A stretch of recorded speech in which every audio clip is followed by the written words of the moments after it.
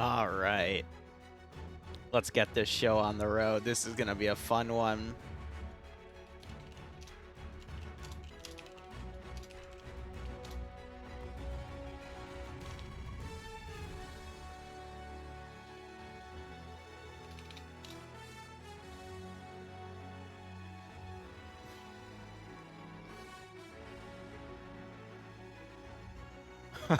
They get thunderbolts. Oh my god. Okay.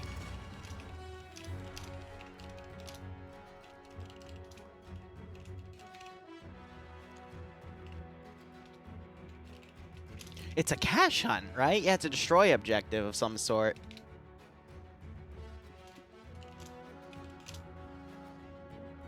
All right, the U.S. gets 2 P-47.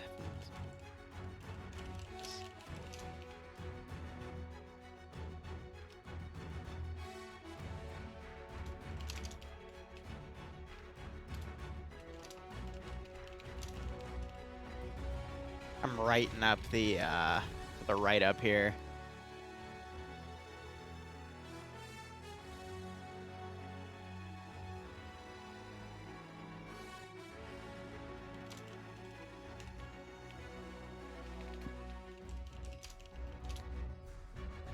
Blue 4 gets Oboe objective.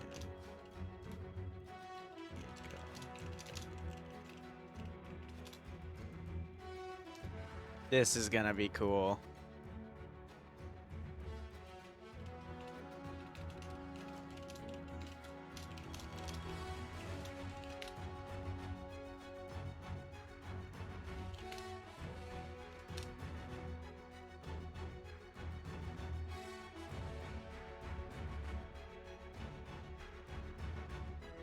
All right.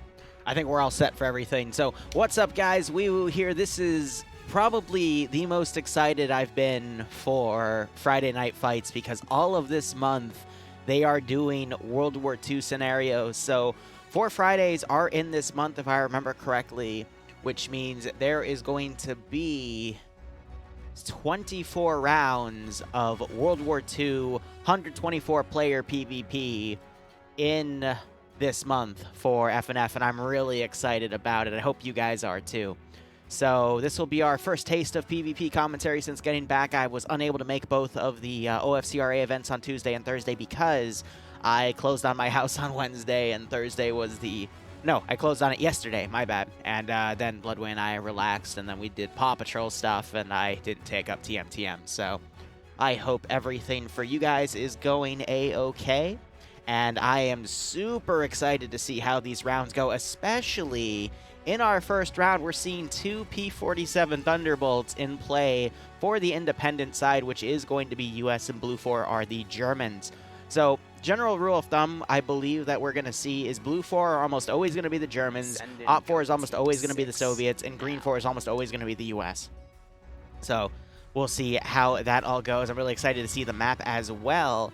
And I'm also, because I'm going to solo shoutcast here, we'll be able to hear their local comms for these few rounds until people start dying, because then some of my co-casters who are actually playing on the ground are going to come in and join us. So give me 1 second. Flying Finn just shot me his link for hit the multi-Twitch, so I'll go ahead and get that added for you guys. All right. Let me send him a back ping there to make sure he got it, and I also need to set my TFAR plugin, make sure that is on, and then I'm back on push to talk because I was on voice activation. I was talking to some people, but otherwise, Cam Curve, thanks so much. Sorry, Cam Cruff, my bad there. Thanks so much for the 20-month resub, my man. I hope you keep enjoying the operations. I hope you get a kick out of this stream. And Sarek Wolf Jedi, thanks so much for extending your sub through July. That is, what, 2 months worth? I appreciate it, my man. I hope you keep enjoying everything as well, and I hope you get a kick out of this scenario. Pickles, I believe it was Willow Tree, but it might have been 1 or 2 other people, because over the past few days there have been a lot of gift subs being gifted out, which is great.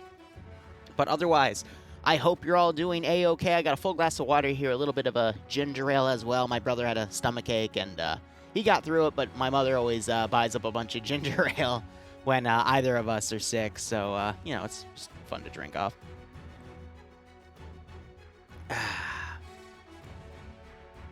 Oh, I didn't know that. You were able to see who gifted it to you by hitting the extend button? Nice. But yeah, no, ginger ale's nice. I rarely drink soda these days, though, admittedly.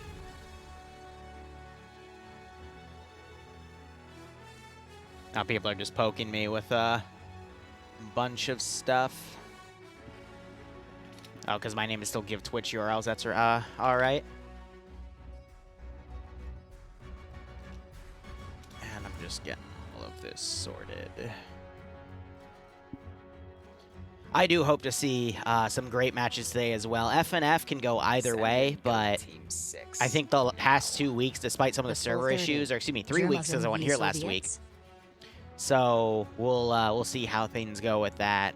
But I'm excited for the matches as well. Millennium, I'm hoping we'll see a Soviets versus German match tonight. I think it's a near guarantee at this point. But I will also say, all of the missions were taken up and made by the staff members of FNF, so we're bound to see some really great matchups too.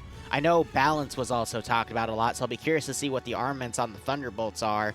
I'd be willing to bet probably only some minor, like no bombs, no missiles, not even heavy cannons. I would think just strafing rounds for the sake of that balance, but we'll see how things go. I don't think they're going to do D-Day because they're, again, very critical about balance. But here, Nemesis is dropping by in our chat. He is one of the staff members for FNF.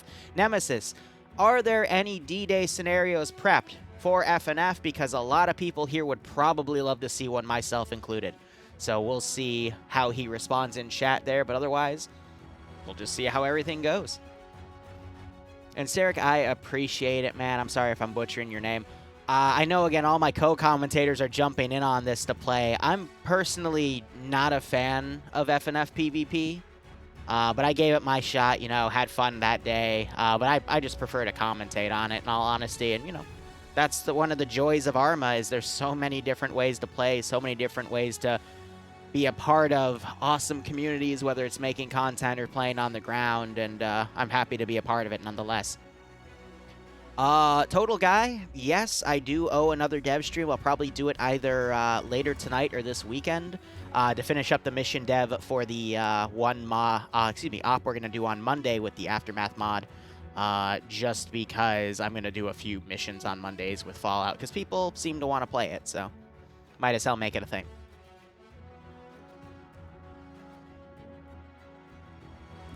I don't know if this is going to be a beach landing or not. I don't see any boats, though. So, I mean, this might turn into a D-Day.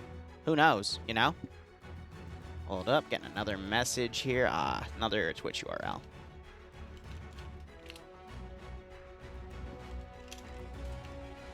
This one's from Wheaton, who I'm pretty sure is one of the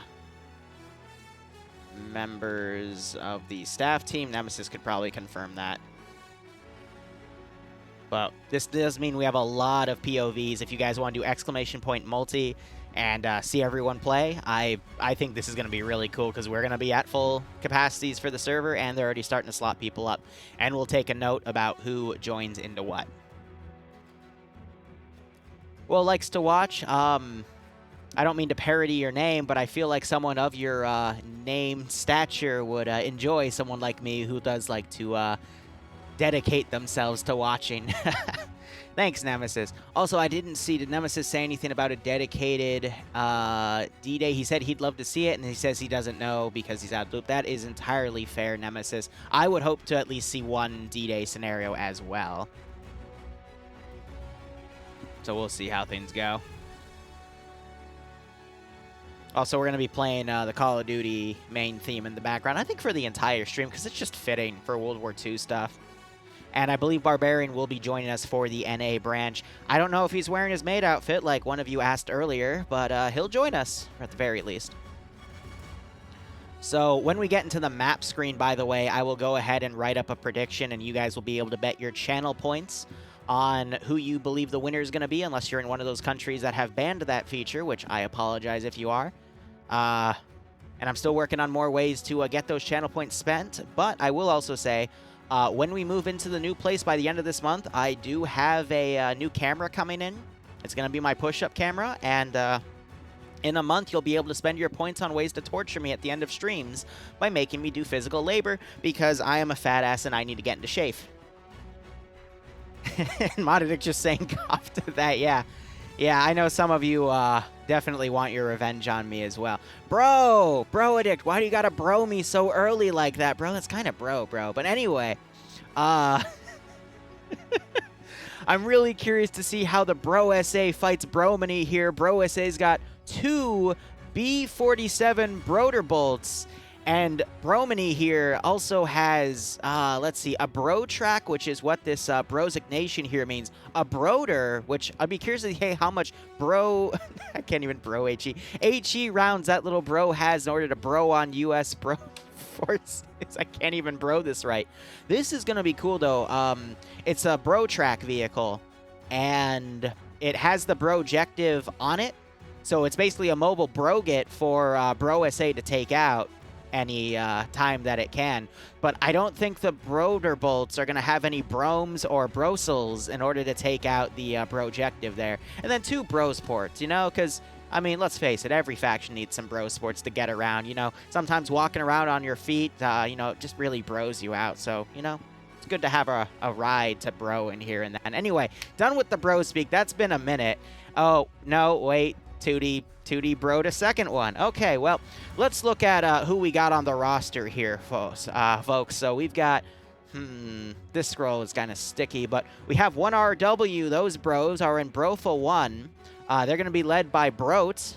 We also got Brotigo Fox here and Braz. Braz likes to co-commentate with me. He told me if he dies, he'll actually come into the Bro channel and bro with me over the Brotuation here. We also have Tilster, a.k.a. Breeze. I can't even bro cheese correctly, but he's going to be in Brokeny Recon, and SL Bro is also taking Brosman, which is nice. He's very good with a Brosman rifle, but I would assume for either side, the Brosman rifle is probably going to be Broad Action, so we'll just have to see how that goes. Otherwise, looking for those heavy brosters that you guys really like to watch. We've got ML Broskis and TS Bro working together here under Alpha 2. We got Brokit and Tarn Bro with Coac in Brovo 1. We've got first RRF Bro in Blue 4 as well under the German side. We've got Scandi Brocon taking up Brota. I don't see Broander here with the Bray T, but... Oh, there's my timer. Okay, we're done. We're done. All right. Thanks for the posture check, and I will go ahead and take a sip of water. Yeah, get out of here, bro. Fuck! Barbarian, get back to the work. You have a job to do. Otherwise, it looks like those are the main factions. We've got Pickles commanding on the other side. I didn't mention the commander of the other one's Pierce. Okay, so Pickles and Pierce, 2 really good commanders there. But they have Patriot, Shy, some of the veterans here, as well as Bassbeard working under Jib Styles, another notable name, Fred. Tomo is a newer player, but we've seen him. 4IB taking it up on the U.S. side. Armagesus Flux. They're not UPSC anymore. They're called something else. They broke away. I think it's like the Pepe Squad or something. But they are having a Scandi Recon versus Pepe Squad on the other side. Those are the 2 major, yeah, Pepaga Pirates. That's what they call themselves. What's better, to be born good or overcome your evil nature? Bro, you doing the bro talk? No, bro, it's over, bro. I'm sorry, bro. Bro, I made it here too late, bro. I'm sorry, bro. Now get back to broke before you see the frickin'... Oh, it is D-Day. Just get out of here. Okay, goodbye, bro. Goodbye, bro. So it's not D-Day. It's a bit of a tease there. Instead, it's they're going to be the airborne troops coming in. And they don't have any World War II flags, so they're just using the modern-day German flag. That's pretty funny. No more bro talk, guys. Come on. There was only 2 bro speaks redeemed by 2D and Mod, right? And then Slater did a Hydrant, and Barb told me to check my posture, which I am meaning in right now. Could have used the Iron Heart flag. But let's see. So there's 3 objectives here, 1 artillery battery, and then this I would assume is the mobile objective where they're going to spawn at. We also see some custom bloated up areas here, which I think is going to represent a custom base here because these are a different color. By the way, we will be listening to their in-game comms in the beginning, at least until I start seeing people die. Then I'm going to disable my TFAR plugin, go back up in the casting couch, and wait for Dream and Maz to die, and they'll be joining me in the co-commentary. Yes, Black Joker. So cooking streams might become a thing, gardening streams, and mead-making videos and/or streams. So we'll see how things go. But again, I do want to see a D-Day, but this is, Barb is what? Yeah, I don't even want to know. He should be at work right now, unless he ditched. But, then again, not my problem. So I would assume the P-47s are going to spawn over here and take off. I hope they have enough runway. I'll be curious to look over and see how that's going. And otherwise, the U.S. forces are going to mainly spawn right here. Germans, I would assume, are going to spawn right here and then just deploy to the north and south. But with that one objective, they can bring it anywhere. And it looks like the entire map is up to play here. And I'm curious to know what this is. This might be just a big minefield or something, but we'll just have to see.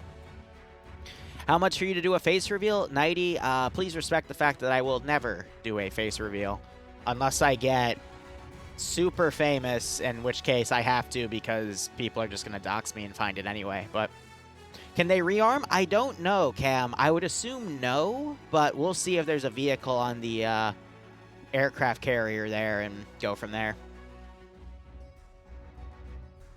Righto, Drac. Well, I hope you find this entertaining. What I do like about FNF is there's no stream delay. Because with OFCRA, they always ask for a 5-minute one unless it's the Tuesday matches. But that kind of puts a little disconnect between you viewers and myself here, so. Better have a fantasy of Liru having the Giga Chad face. Well, I'm going to let you guys know right now, you're going to be sorely disappointed. But I have cool swirlies in my beard, and Bloodwing loves them. And I don't really know how to describe that other than how I just described it. All right, here we are. Oh, no. You're going to hear people getting transferred into the TFAR channel right now, so give it just a second. Woo! This is going to be bad, boys. Oh.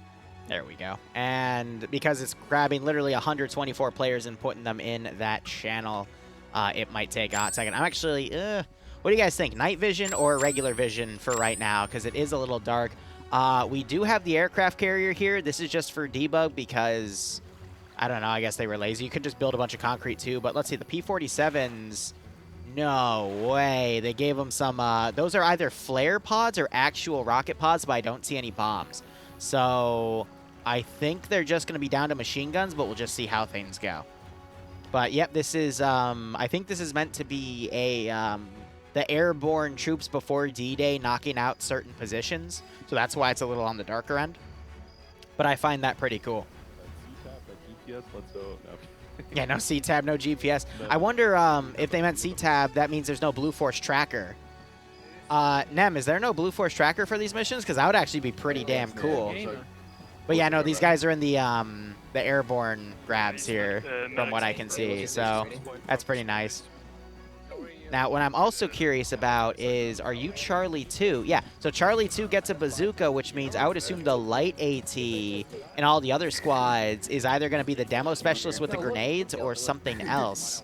The U.S.'s AT grenade and IFA is the throwable TNT grenade. It does a little less damage than the German and Soviet equivalents, but, you know, it's also because the U.S. have the bazooka, which in my opinion is the best AT, reloadable AT weapon in the game. At least in the IFA mod's concerned.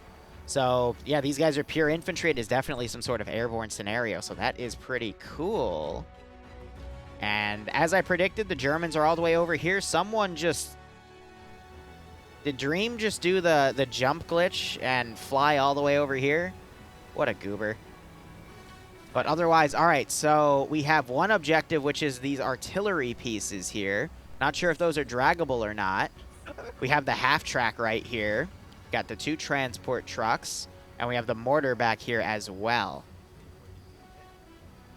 Yeah, Barb, but the Panzer Shrek sometimes has an issue where it tunnel visions you because of that giant shield on it. So my personal preference is to use the bazooka. But I would assume that Jonathan is the Charlie 2 guy, yep, for the Blue 4 group. And by the way, let me run the prediction real quick. Alright, I'll be back. All right, who will win Someone get the other guy to join the group when we get through. the first round? There is a lot of headroom around this map. I mean, it's very emphasis. Top party position. Yeah, I think that would happen again. The half track is also the one that runs how they have. And it would be for USA. Cool. And we'll make it run for, we'll do 10 minutes here. There you go, guys. Feel free to place your bets. So yeah, we got the TFAR integrated radios on all sides as well for communication. I wonder if they boosted the range of those, because those radios only go for 3 kilometers. That's going to be really important in Sunday's MCO event, but we'll see how things go. But otherwise, we have a cache over here, and here's the mobile objective, and it's also an AA gun. So I'll be curious to see what they, if they'll try to use that to take out the planes, but that is also a very deadly anti-infantry weapon. So we'll just have to see how things go. But I also am curious to see what weapons they've put on the German side. So we have MP40s, Car 98s. I'm not convinced that splitting our forces is going to be in any way effective. I wonder if there's any So Grenadier I'll hold that tight, but adapters yes. on some of the K98s as well. We got the MG42, obviously. Now, I wonder, that's under Delta 1. So Charlie 2, what does he get? Oh my god, it's so many of them. Charlie 2 just has a machine gun, but these guys also have STG-44s. Okay. Because, you know, normally for FNF's framework, the they have a an automatic rifleman in every squad, and then the machine gunners in the weapon team. So I'm just curious. Yes, so they do have a Grenadier adapter here. Aim at the stars under Delta has that little snippet on the end of his barrel. That's for firing rifle-based grenades. And I'm also seeing a few G43s. It's looking pretty bad. Is that a 43 or is that? It does look like ass, doesn't it? Yeah, that gun symbol is Yeah, not. I That's mean, a a lot of M1 people carbine, have but he is definitely holding a a lot of G43. Okay. Weird. I don't see the pilots up on the top right, though. I mean, they're not taking any pilot. Okay. Maybe the pilots got pulled last minute for balance or something, but that's weird. Huh.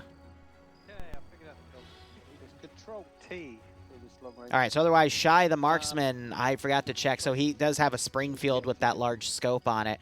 Let me quickly scroll up here, look over at Dreams. 9 minutes remaining. I believe he's going to have a scoped Car 98. Set up to the southwest where I marked in blue Yeah. alpha. Oh, he's got the ZF scope Try to set up there. at the end of that one. So a little bit of magnification, but it honestly is not a lot.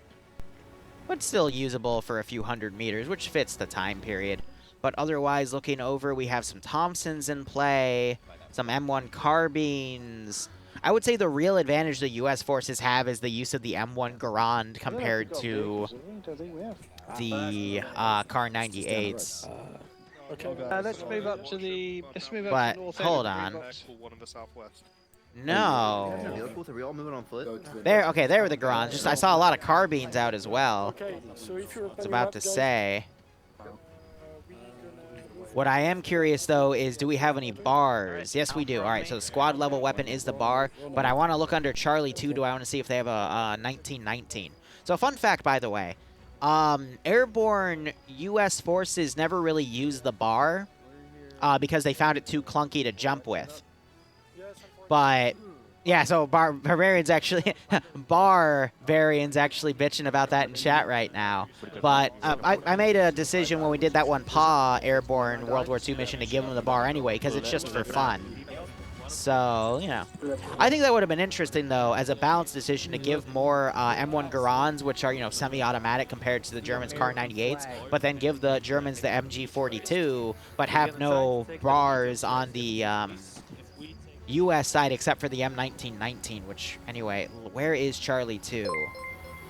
I don't see a machine gunner in Charlie 2, actually. I think they're just purely a carbine group, possibly with, like, extra grenade space or something for AT.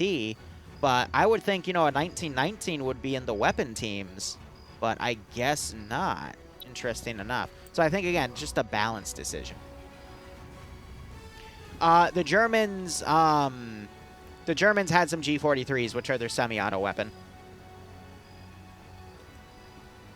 Derop had the 1919? I think I'm relying too much on the symbolism here.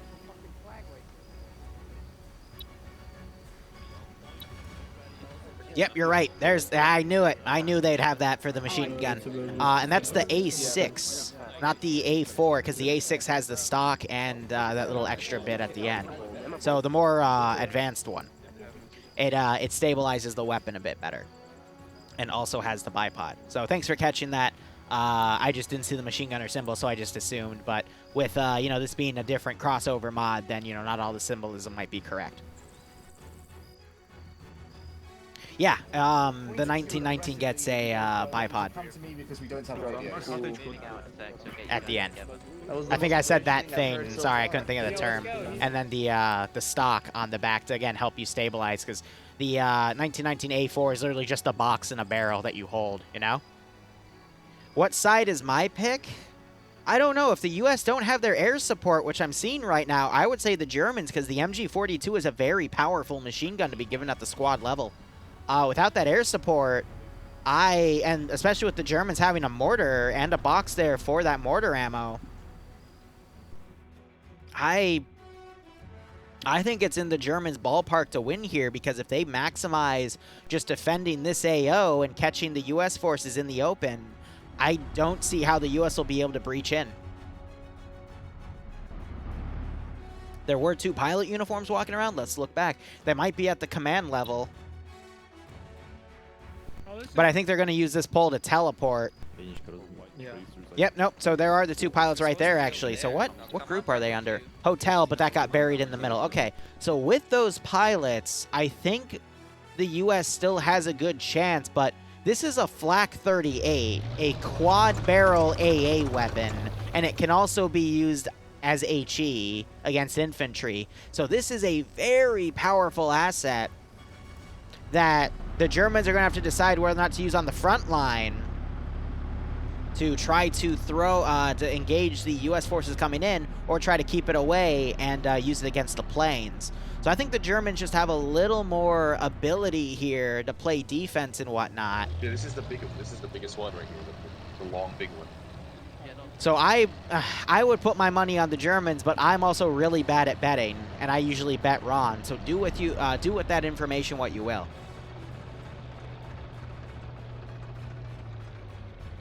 So, yeah, the MG42 bipoded in Arma 3 is a very stable weapon.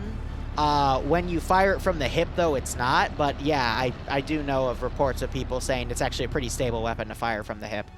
But in terms of the game statistics, I think since the Germans are on defense, that means they can stabilize their machine guns, and they're probably going to be able to do a lot in this scenario. I can't keep up with everything all the time. Yeah, I'm sorry, guys. Chat's going a little fast for me. But that's good. That means you're excited for what's about to be seen in this scenario. And I am too, in all honesty. This is going to be a pretty good first mission matchup.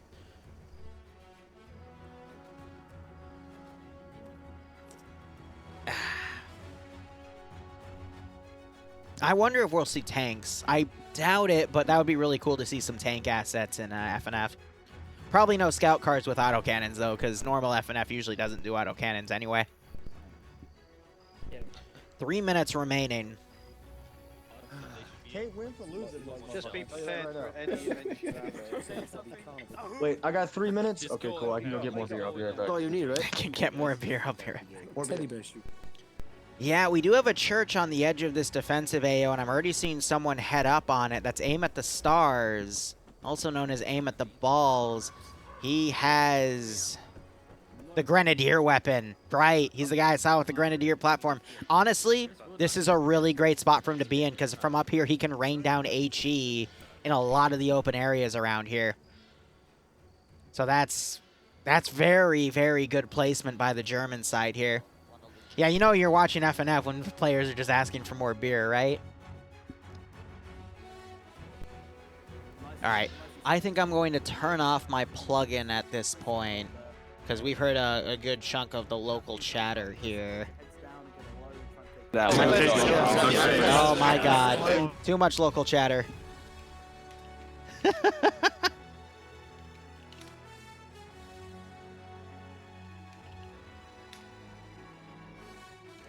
Why isn't the password for the channel working? God. That was the wrong frickin'... Thanks, Sam. Yeah, it's one of those channels. They keep switching the passwords on them. It's kind of annoying, but whatever. I would assume it's getting in the morning because of where the sun is, but we'll just have to see how things go.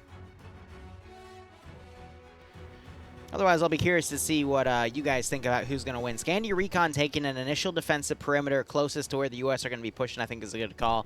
But UPSC, actually, no, they're called Pepega Pirates now. I think they're going to stand at a really good position to push in and get things cleared out. I can edit the passwords. Didn't know that, Barb.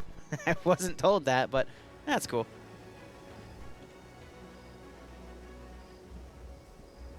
I didn't see the final numbers for the predictions. Who, if someone wouldn't mind, could they tell me who, where the points went? Oh, Chilster's losing connection. That's unfortunate. He was not meant to know. Well, I do know now, Nem. I'm sorry. Oh, well. But it looks like the Germans are going to basically just hold this group. They pulled that northern objective down. We'll probably see its search area update when the scenario ends. They're going to hide it in the corner over here. Interesting. Now the question becomes, do the Germans have enough manpower to hold this town? Mission has just started. Gunshots just started. And that objective search area did not follow that one objective. Interesting. You're hearing some shots going out here. I think they're shooting out windows. But with only one squad holding this open area here, we also have the half-track pushing south.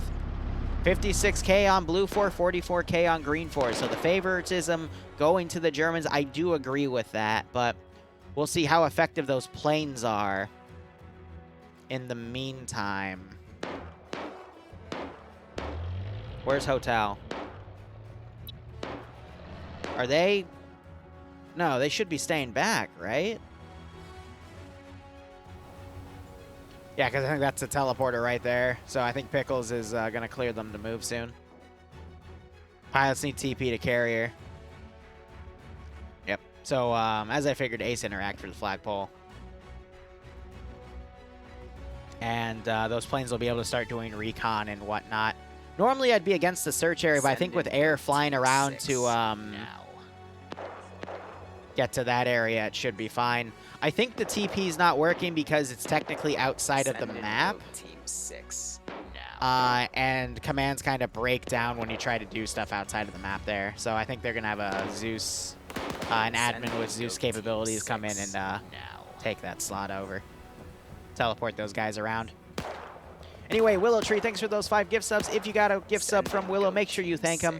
Otherwise, I hope you all keep enjoying the operations, and I hope you get a nice kick out of this scenario. Send in Goat Team 6 now.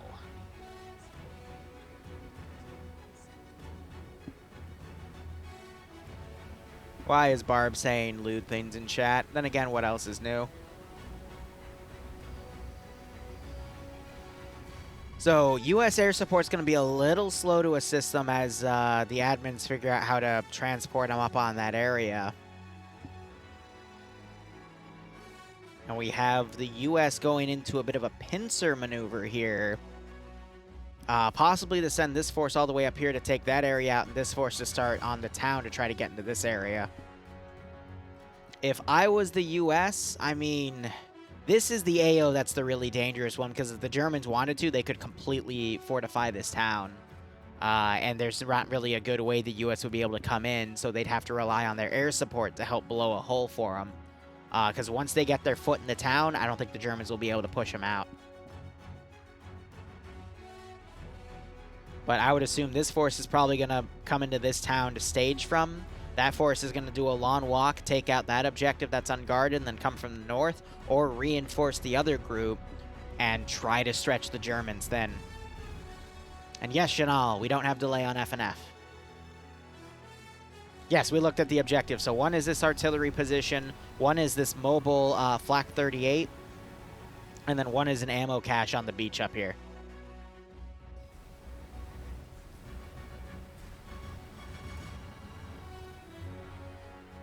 Yeah, just, I mean, we have this big drop-off here, so if the Germans wanted to, they could have a good defensive line, but I think just holding the town is a better call because there's just so many open areas that the U.S. could go on. But I think the best bet for the U.S. forces is to come up using this road, come up through this hedge area, and then use these trees to get up to this next hedge, and they'll be literally right on top of these objectives. And based off of where I'm seeing the Germans deploy, they're leaving this really nasty blind spot here for the U.S. to use. So I think anything is possible for tonight. No gamer flag tonight? What do you mean by that, Sarect?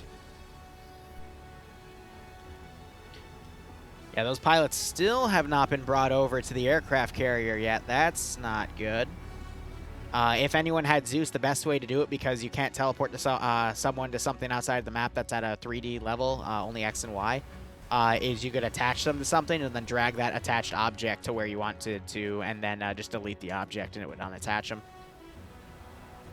He's referring to a flag. Yeah, so there is, they use German flags for whatever reason, but they do have Third Reich flags. There's just no Nazi symbolism in these flags because that is frowned upon in some areas.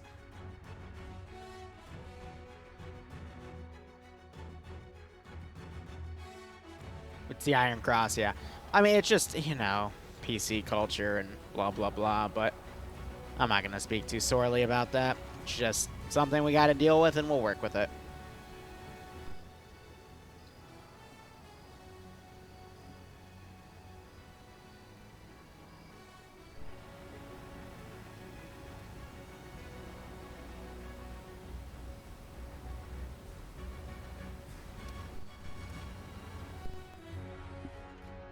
All right. So yeah, these forces are still going to come around. And we've got a small force coming around the southern side where the half-track has been patrolling. We also have X-Ray deploying to the south as well with their marksmen. And where has that half-track gone to? Got people on the Flak 38, got people on the mortar. And the half-track is way up front over here. Okay.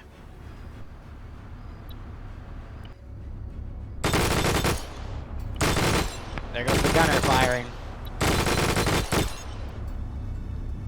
He's just spraying into where he believes he sees movement.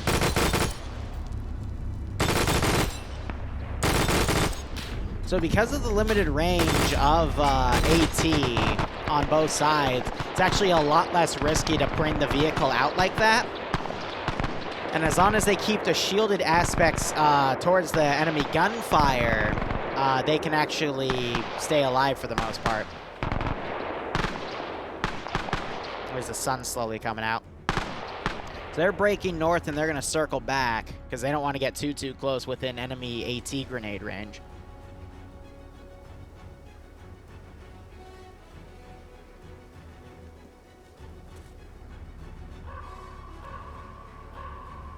So first contact within the first 6 minutes, not too bad.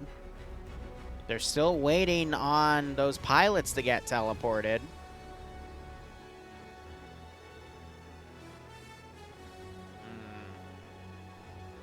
Yeah, there's only one bazooka on the Green Force side for the U.S., and they're under Charlie 2, which might not even be over here. They might be assaulting the other area. Nope. Okay, so they are over here. But it was a little farther back than the front line. The U.S. are doing a pincer attack here, having half their forces stage at one area. I think this is kind of a distraction as the northern group goes for the exposed area over there. I think those are mortars firing. Yep, so they're mortaring this town. Oh, they're landing close.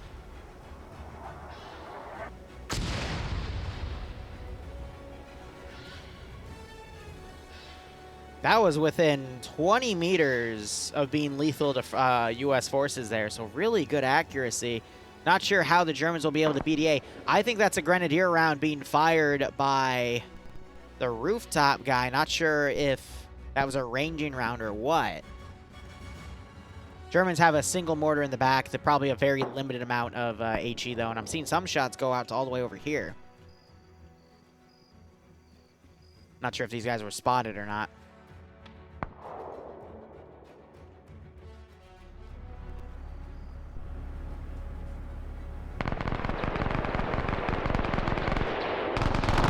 Yanni open up with a machine gun over at the U.S. forces here that are trying to move. I believe Yanni has an MG42 there. Yep.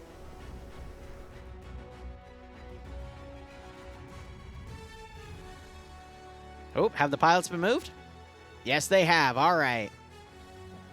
So I think it was probably just on a timer or something for the sake of balance, but they do have many, like, small, these are small AT rockets, so not, like, a lot of damage to be done against infantry unless it's a direct hit. And then I'll be curious to see, probably they don't have the HE cannons, but they will have the strafing, I forget what millimeter it is, but it's basically just their dogfight round. Could probably do some pretty nasty strafes on that half-track, yeah. Just the fear is that gun. Hearing more mortar shells landing, but now they're landing a little too far to the right. If they just brought them in closer and aimed in the middle, they could have gotten a few kills there. But otherwise, no skulls on either side.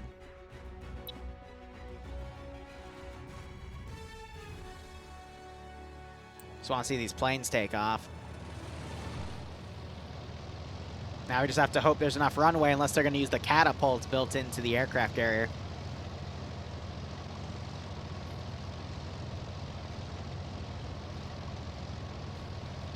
Yeah, I don't think the 20 millimeters are on it. And that would be weird that if they kept the rocket pylons but removed the rocket pylon ammo, they should just remove the rocket pylons themselves. But I doubt the 20 millimeter cannon is still on the Thunderbolt, because that, in my opinion, is more powerful than the rocket pods. You can't? Okay.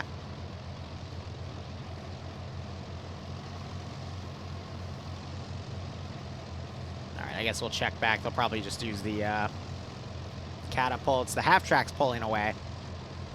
I'd be curious to know what the explosives the World War II's guys got.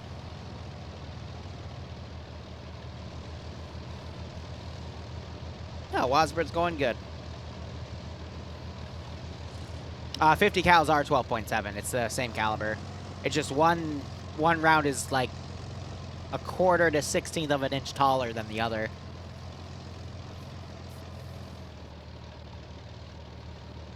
Yeah, all right. I don't know what they're doing. We'll check back in a minute. They'll either be sunk or who knows. Otherwise, we're still seeing a bit of a stalemate here, as some sides are just giving pot shots to each other.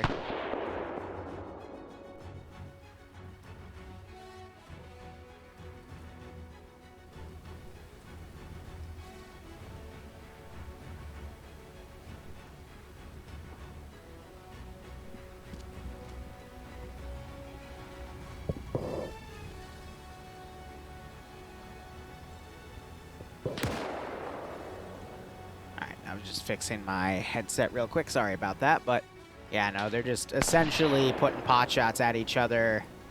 I don't see any kills on either side yet. So again, the U.S. are just moving up to take out that northern objective. Planes are still holding on standby. We still have U.S.'s marksman team X-Ray coming around the south. Don't know what Doctor's doing there. He's also part of X-Ray, I guess, holding the rear. And the Germans are just bundling this area, and their X-Ray group's holding this SSR on the side, which actually I think is just one of the MSRs because there's no big solid orange line. So the tan lines become the MSRs. Send in goat team. Free booze, thanks to 17-month resub. 17 months? Huh, thought it'd be longer. You know what? That's the same exact thing my girlfriend says when we go to bed at night. But anyway, that's besides the point. Thanks so much for the 17-month resub. I hope you keep enjoying the operations, and I hope you get a kick out of this scenario. Yeah, they also might be holding because of the AA, but I don't know. Oh, hold up. All right, one's taken off, so I think they're using the catapult system there.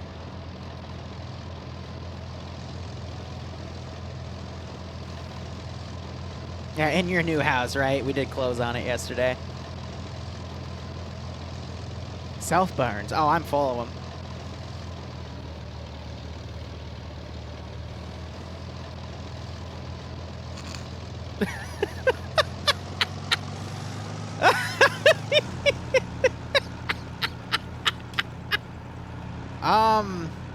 Okay. Yeah. Yeah, okay. That happened. Yeah.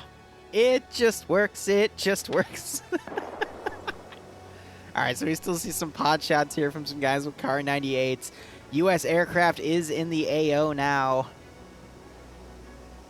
I'm going to slowly start circling the area. We do have Arcor and Martin on the objective vehicle. They're not on the gun yet. They're just chilling in the back. And you can start seeing that plane overhead towards the top, so we'll see if the flat gun goes online any second now. That did look janky as fuck. But what else is new? It's Arma 3.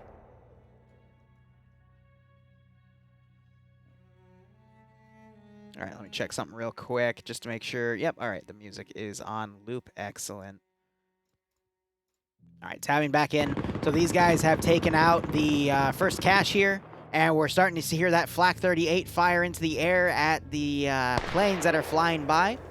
So let's see, that area is gone. These guys might be a little confused about that area, but that Flak 38 is going to be very easy to hear. And I don't know if we're seeing blue on blue here as they try to engage this blue 4 X-ray group as the green 4 X-ray group moves further to the south. But we'll see how things go. Ooh, there's some 50 cal strafe fire.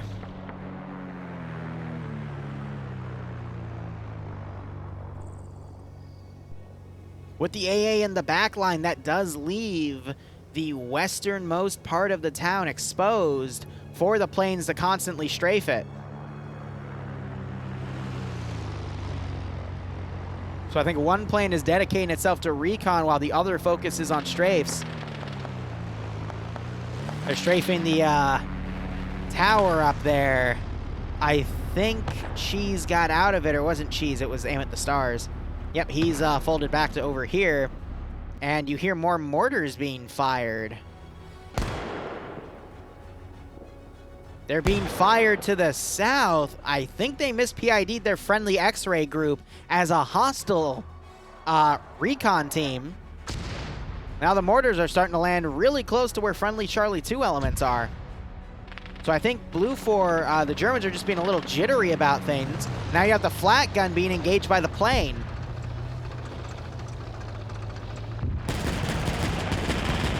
Ooh, there's the flak firing. Not sure if it got any good hits there. But the planes, as long as they circle this and coordinate where its gun is aiming, they could just strike it from the rear and potentially kill the gunner.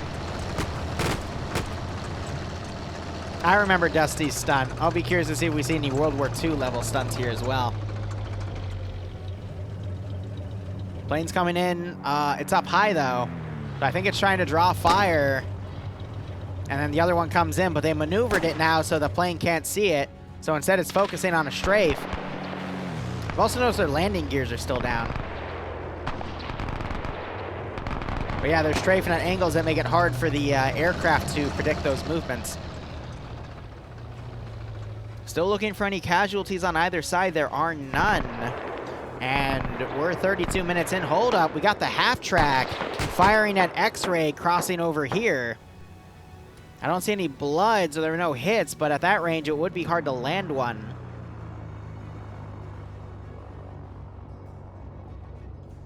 We'll see where this plane comes in as well. This mobile objective vehicle has to be careful because they have to know they lost their objectives to the north, so they could be attacked by U.S. forces towards the north. Oh, I think Martin just missed a good opportunity to hit that plane there.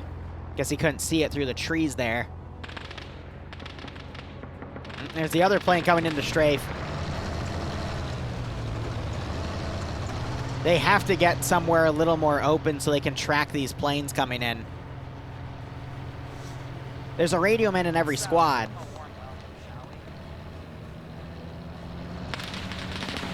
So Arcor's gotten out because either he can't see from the gun or something's up.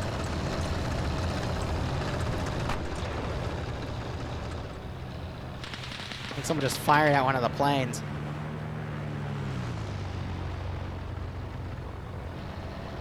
Yes, there aren't any short-range radios. It's only the LR radios, which will be pretty cool.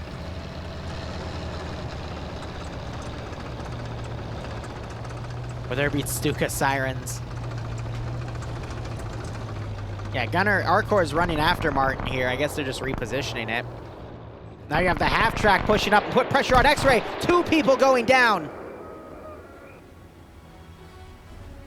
That is the U.S.'s marksman team engaged. Looks like the 4th guy lagged out, and it is just up to Green Thumb here as the half-track is now going to push up and check for survivors. So those are the first KIAs I'm seeing. Hold up, Stanners also got killed off earlier, possibly in a strafe by the aircraft here.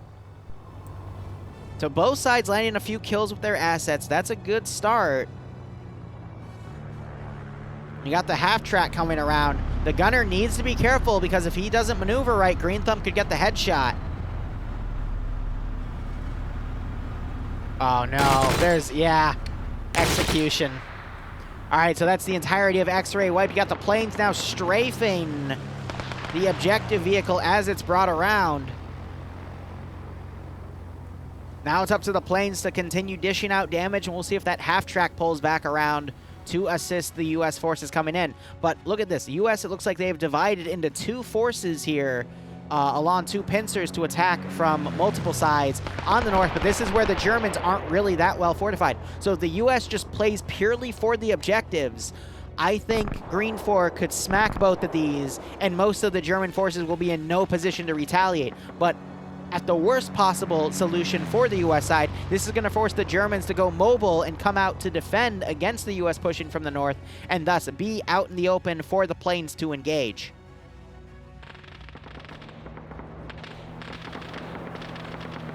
So we do have a trench being dug right here. U.S. forces are right up here as well. I'm not sure if they've spotted that trench in the open there. But both sides are about to start having infantry on infantry contact.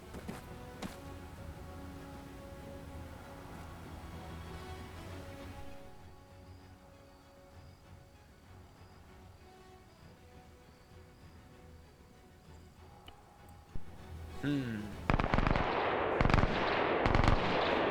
we got Yanni firing into the tree line here as U.S. forces are starting to come around to, I guess, join the northern force there. I have to assume that Flak 38 is damaged somehow, because there's no other reason they ditch it. So the planes were somehow able to disable it, and now the Germans are at their mercy. But they're doing a really proactive defense here. The planes aren't really able to get a lot from strafes, but it's still going to, at the very least, harass the U.S. forces. But if the U.S. can come back around, the Germans can come back around with that half-track and catch another squad in the open, that would really help them out. Now you got a hail of fire coming from the U.S. forces here. And the Germans are trying to return fire with Kar 98s and the G43.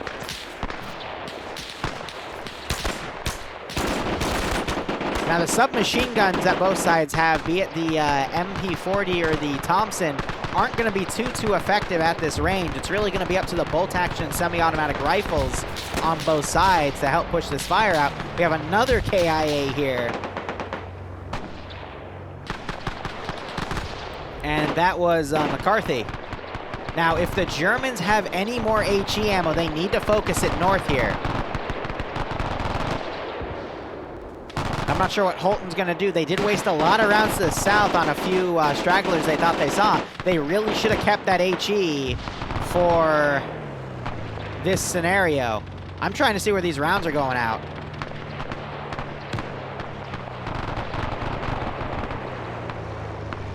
I think he's firing those straight south. I don't know if he was just dumping the last few rounds off or what, but we're about to see one land. Yeah, he was way off. He wasn't even looking the right way. So if those were used to the north, I think those would have been a lot more effective against the US. But the Germans are just squandering their mortar, which I will admit, you do see that often in FNF. Mortars are not that well used, unfortunately. Really nasty grenade throw just blew up one of the US guys. Pete's trying to come around, but he's taking fire from a Thompson. I don't think it wasn't Pete that threw those grenades, but someone did. Another grenade getting thrown over as Pete's taking fire from the left. That grenade goes behind Pendergast. He throws a grenade in his own, but it's a smoke. I'm just trying to check if this is a vanilla smoke or a modest. Yep, it's a vanilla smoke. The IFA smoke grenades are really big in their size. So yeah, the planes are just doing a bunch of strafe runs here, harassing some of the transport trucks. You got Jonathan taking the AT out. That's cute. And then we have a little bit of, Scandi Recon trying to get on the flank here. As I think just saw those forces, so we can get some good grenade throws in here. He could get a lot of kills.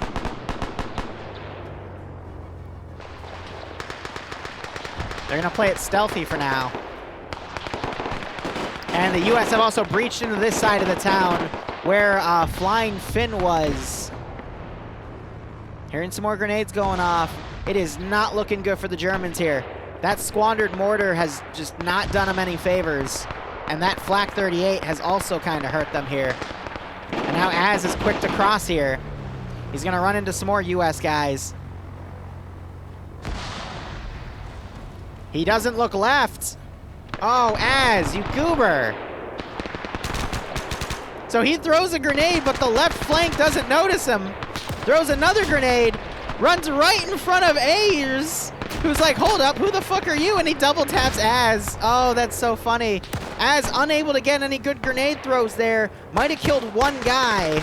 And now Ayers is turned around. Nimia goes down. They're able to get grenade hits on Ayers and Fountainy. Oh my god, Az, that's why you always check your flank, buddy.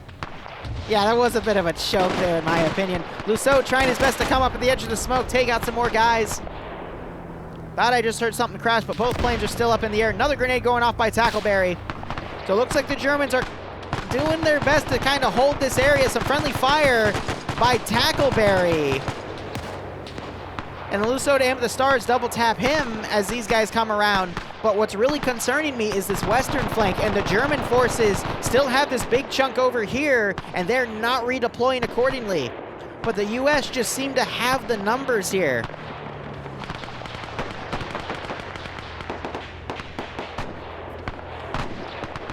I don't know, guys. We could still see Infidel come up and get some more kills. I think I'm still seeing those grenade rounds go. Fountainy woke back up. Ayers as well.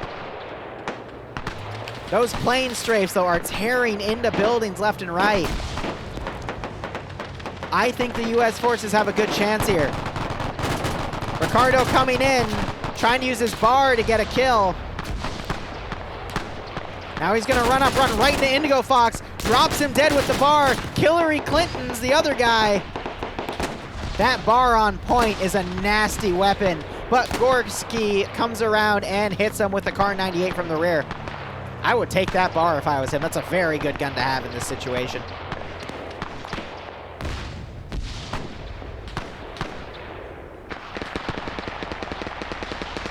Lussaud's now come around Gets a good spray in, but then gets taken out by a carbine. Infidel is still hanging on the rear here. He's only got a bolt-action rifle, so he's got to be a little more meticulous with picking and choosing his battles. And we got U.S. forces right next to this objective here. So now I gotta wonder, where is the other objective vehicle? It's been driven over here, and it is within U.S.'s territory here. So one guy gets on the gun. I think he's gonna see that it's, yep, he didn't move at all, so I think the gun got disabled. So they need to get an AT weapon over here to take it out. But the half-track, its wheels have been busted, but it is now laying hate down the street. Try to get Green 4 off of that weapon. Slushy, meanwhile, he's up here, has his handgun out. Liwa getting into a firefight with him. Now they're, Slushy's trying to jump out the window. Hold on, and Slushy runs right in front of a U.S. force. Look at this. And then Michael literally skewers Slushy with his bar. Talk about out of the frying pan and into the fire. Holy fuck. That was messy. Those planes still doing some really nasty strafes here as the U.S. are starting to close the remaining pincers here. And honestly, with how much blue I am seeing remaining, I don't think the Germans have any chance here. That mortar was just too badly squandered. And the AA gun getting disabled early on has allowed these air assets to do a really good job and just keeping the Germans locked down. Great grenade throw, killing multiple people and knocking over another guy. That was part of Pepega, which is one of the best communities out there, and they were just taken out by a single grenade. So great throw from some of the Foos players. Plane's still flying low, but the Germans, I think, are just running out of manpower here. We got a counterattack coming from 3 of them, but I could also see Bodokovic coming around with the carbine. Starts firing on the rear of the Charlie 2 guy. Jonathan turning his lag switch on, isn't able to save him. His assistant also taken out, and now it's just up to Omega as he pushes up alone, but Bodokovic coming up on his rear. He spots him. Nope, I think it might have been double tapping a body. They got Platoon 1 HQ flanking. You got some more fire here by Arcor as they try to stop the task group from coming around. They got Dingo that's come up trying to spray down these guys, and now Maz is alone in this building as he is pushed up, but he looks away from the door at the wrong time, and it looks like they traded. But Stark only going unconscious. There's only a handful of Germans left. We got X-Ray for Germany that might come in to assist, but I don't know. I think if the Germans could get in a few multi-kills here, they could even the score. But I love how Holton's doing his best to hold on the half-track to lock down this street. Omega coming around, but Eriku putting out a lot of fire with that carbine is actually able to take him out. Bodokovic staying low here. He pulled away. I don't think it was a lag spike. I think it was just the latency of PvP. Holton now driving up with the half-track. What is he doing? Why?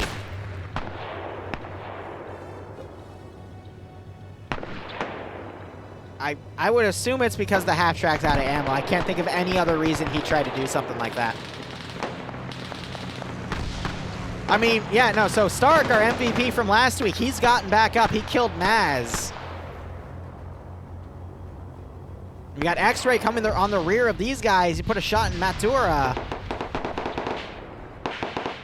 The Germans have about 10 guys remaining. Actually, less than 10 in this town. And now the planes are just strafing these vehicles. It's getting dangerously close to friendly fire.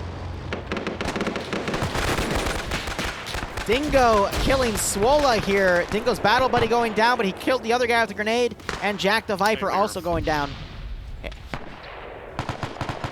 Where is my... Why isn't this button working? There we go. Yeah, so, remember Stark from last week? Yeah. Yeah, he traded with your butt. Yeah. Can you hear me right now, by the way? Okay, so, I think my TeamSpeak is glitching out, but, we should be okay nonetheless.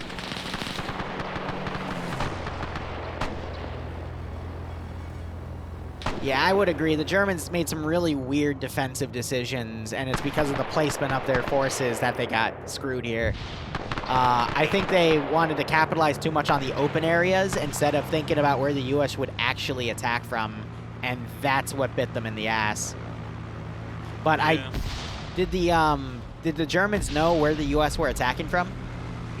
Everywhere. That's what we got. Yeah, so I think the Germans didn't know where exactly the U.S. were spawning from, and that's why they picked that defensive strategy, because they simply didn't know. Yeah. You see the American flags on the map? Yeah, because of all the American flags in the arrow, so that's why the Germans did that strategy. Yeah. So I think knowing that, I think it would have been actually better to hold the northern objective and just make a defensive layering out of it, because it's easier to hold at that point compared to this large town. But a decision was made. I think it was a good decision, but it still, you know, sometimes bites them in the ass, because after the Germans knew there was a large force coming from the west, they didn't adapt to that. They didn't send more forces to the west to reinforce and then try to probe that out. You need to remember, only certain people have radios in this in World War II. Yep. And geez, were the comms like all over the place. Some guys weren't responding, and it wasn't because they were dead. It was just they weren't responding. And on top of that, the EI. So we had X-ray way out in the boonies. Yep. And I kept seeing people moving, and you know, when you're looking through hedgerows, all you see is feet. I'm like, holy shit, there's a large squad out there fucking moving around. Yeah. No, it's X-ray the entire time. Yep. And the Germans used some of their mortars against that large squad, but I think that was their own X-ray group too. Yeah. Anyway. I mean, it was a clusterfuck. PID was difficult at that range, and then on top of that, we were getting reports of enemy all over the place, so reacting to it was pretty difficult on my guys to dig in. Yeah. But Martin now is trying to hold this objective on his own. Stark trying to kill Solomons, actually gets the kill there. And now it's just up to Martin to hold the final objective. He's been able to drop a few guys on the actual objective area here, as now buddies are trying to medic him up. 15 minutes remaining. Martin, the last guy in the AO. You still have some members of Blue 4 X-Ray towards the south, but with this amount of, like, this number of players here, I don't think we're going to see it. Martin getting another drop. He just has to hit Gulag. Oh, and they trade. That was a little latency, but that's going to be it. I think Eriku just double tapped a friendly. Yeah, he definitely did. I honestly think X-Ray would have been better, like, on the western clock tower with the sniper rifle, in my honest opinion. Hey, Willow, thanks for the 25, man. I hope you keep enjoying everything. Can't wait to work with you soon, and seriously, it means a lot, man. Thank you. Tell you what, it was pretty cinematic taking the objective vehicle down a road, losing my Golf escort because they drove way off ahead of me and my vehicle was damaged, and then getting shot at by infantry down the road at a checkpoint. Nice. That was pretty fun. But this is pretty much GG. They just got to find someone to go demo that vehicle, and that'll be it. Yeah, Green 4 wins. The opposite side that I said might win. But that's because the mortar was just squandered, unfortunately. Are you getting all this latency and shit? I've been noticing it too, but it's the usual for FNF in my opinion. I don't know, mine's pretty bad. I'm like seeing super rubber banding. Ooh, that might be on you then, because I haven't seen any rubber banding.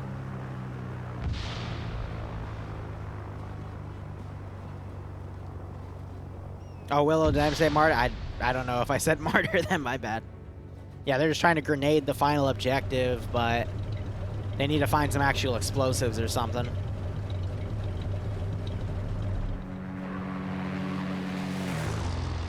Ah, yes, the question of can German engineering survive U.S. explosives for 13 minutes? It's going to be a toughie. Oh, nope, Eriku found the German AT weapon, and he's coming over. to dead it with the bazooka, or excuse me, the Panzerschreck. So let's see if German engineering... Holy crap, German engineering survived an explosive satchel. But Eriku's coming with the German AT weapon, and the only thing that can defeat German AT is... Never mind! Fire! Fire can defeat German AT. And that is the end of round 1. GG. Overall, not too bad. GG indeed. Alright, I'm gonna go down and see you later. Yep. Have fun, man. Hey, man. All right, so overall, not a bad first round. I think this was great to see how the players reacted to everything that happened. I will be adjusting my predictions as it goes on. And it looks like it's going to be another German versus US. Hey, Dream. Why did you move from the couch to the bar? Because I got moved into this channel by Nem because I was trying to get into that channel, and it wouldn't let me. Did you accidentally move out somehow? No, I had TFAR and I wanted to listen to your local in-game comms. What, the squads? Yep. Yeah. How was it?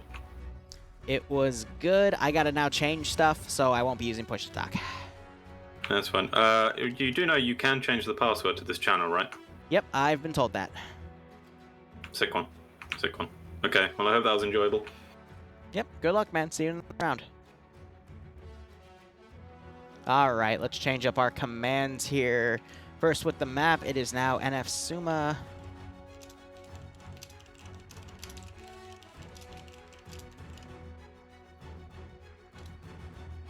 And mission, this is going to be round 2. And let's see who the attack and defending factions are. Green 4. Alright, round 2, we're green 4. For German sectors. 4 has... I'll run the prediction payout in a second as well. Green 4 has... M5A1. Oh. Is that a Stuart? Yeah. 15% numbers advantage.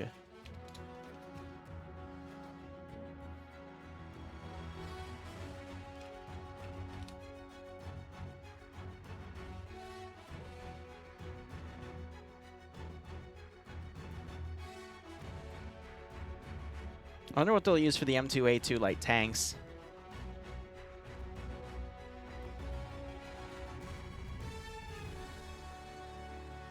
Interesting.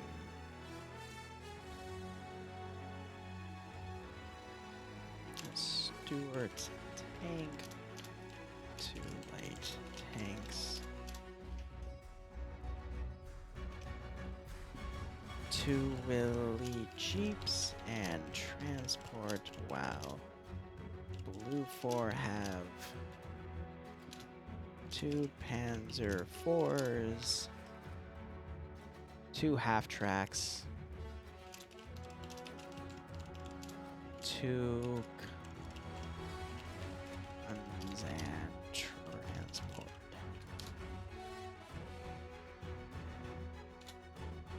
Alright, let me now run the multi real quick. See if anyone dropped off after round 1. I doubt it, but we always have to check just to be sure. And I'll take a sip of water.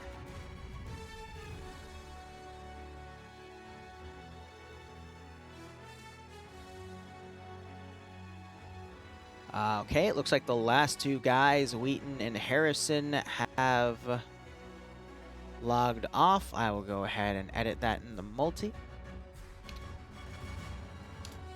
Awesome. All right, let's take a break from the World War II San. Let's do Fonz, our standard intermission San here, just for the sake of memories, and go ahead and get that looping. And now let me go ahead and pay out the prediction.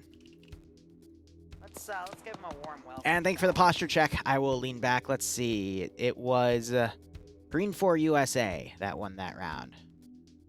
There you go. There's your money. Spend it. Don't spend it all in one place. And I just took a drink, James. Thank you for having me check.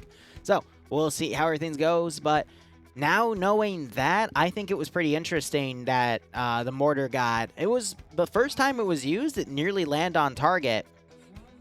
But then the second time they fired approximately, and the third time they just wasted the rest of the ammo. I think they should have waited till U.S. forces were a little closer, so they could have been a bit more accurate with it. But FNF is FNF. They're also having a lot of comms issues of just being unable to reach each other, either because people didn't want to talk on the radio or they were just simply out of range because it's only a 3-kilometer range for those radios.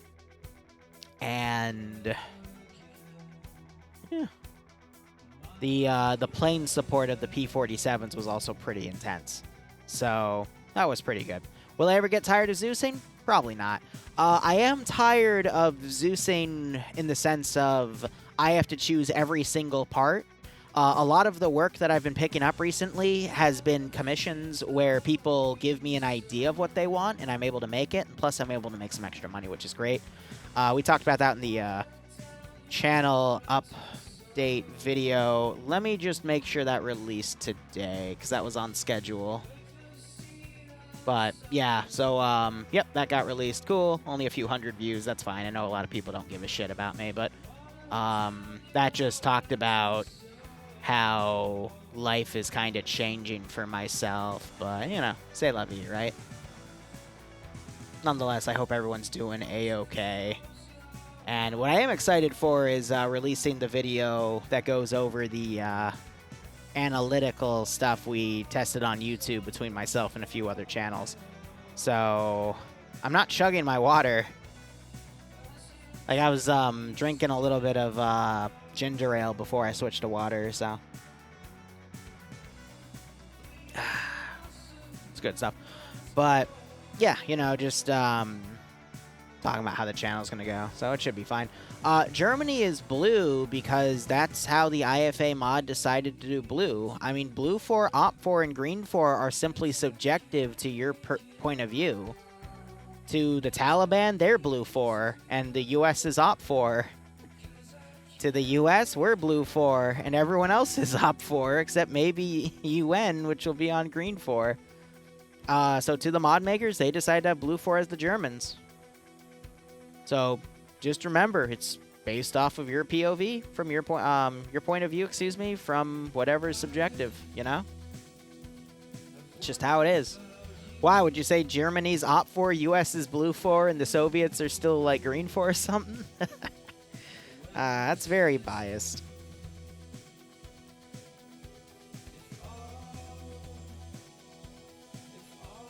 Devour, I have not yet. Again, I'm going to be reviewing all of the compositions this weekend. From my point of view, the Jedi are evil. Exactly. But Devour's talking about I outsourced 3 different concepts. 2 MCO related and 1 Minecraft related for custom compositions to add into the missions for the 2 upcoming MCOs, not this weekend, but the 2 after, and potentially the Minecraft ops. And when I say custom composition in the sense, I don't mean attached monstrosities, I mean physical positions on the map to attack and defend. So that'll save me some time in building those going forward, and I think I'll keep outsourcing concepts like that. Because one of the longest things that it takes in Arma 3 is mission and map design for custom areas and whatnot, be it building an entire custom map or just building all the fortifications that'll go into your AO. So it just, you know, helps me save some time so I can focus on writing things up and other concepts of the channel. Otherwise, I hope you are all doing A-okay. What's next week's mission development? I'm going to probably focus on the commissions I got, and I think that's mainly it, other than the TSB ops I'm going to work on. I have to... Let's just go through the week here. So other than composition work, what do I have that I still need to do? I've got to finalize the Aftermath op on Monday.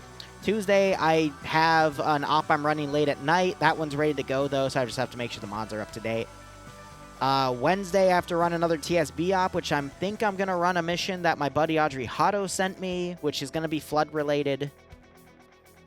Thursday, the next Paw Patrol op. That one's really easy to do because I've already built all the framework, and I have to make their players a lot more tanky because of how accurate they made their AI on the server side, which it was a server-side thing, so there was nothing I could do about it. So even more right for me to end that one early. And then the weekend is commission stuff. And then I think next week, after that, we'll go back to finishing up the House Aiden campaign and just getting that ready to go. Well, Willow, I mean, it's the day after they're working on fixing it right now, but they confirmed that that issue was because of the accuracy coefficients and whatnot. But I'm excited for the Fallout stuff. We'll probably do some late-night mission dev tonight because tomorrow I'm not going to be streaming. I'm going to instead go to the house and get a bunch of work done. So probably in between rounds 1 and 2 of the NA branch, I'll go downstairs and make myself some coffee. Dussel, yes, I do have plans to do missions with SOG stuff, but not at this time. In TSB, we're eventually going to make it a required DLC to have, but, you know, that's still TBA here. But, all right, we're going into the next mission, so we're going to quickly... Yeah, we still have time with the Sauna, too, because that Sauna is pretty much over. Let's go back to that.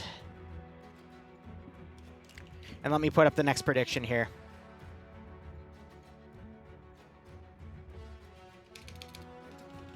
See, this one's easy because it's the same exact factions again. And I'll put it to 20 minutes and we'll start it right now. All right, so, Suma from Northern Fronts. So it's literally just a line warfare here with the U.S. attacking and the Germans having some pretty good areas to defend here. So that is pretty cool to see.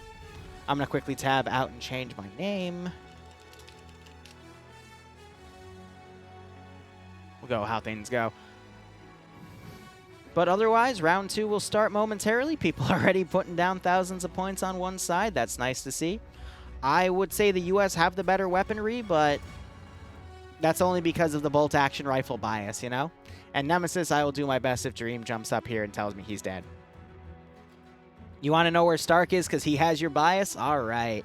Stark is with 4IB, and it looks like 4IB is part of Green 4, but... I don't see him. 1 second. Stark is not playing anymore. Huh. Stark left after round 1. No, wait. Yes. No, he's in here. Jay Stark. That was weird. We'll find him. He's with the 4IB guys. I'm watching him right now to see if he gets transferred into the other channel, but I will let you know where he goes. All right, so Blue 4, they are the Germans here again. We're going to see Kar 98s, G43s, MP40s, STG44s. We have the Panzerfaust for the Charlie 2 weapon. I would assume squad-based AT is going to be the AT grenades. We also have some single-shot AT. Oh, no, they're taking single-shot AT as the squad-based AT weapon, which I guess makes sense.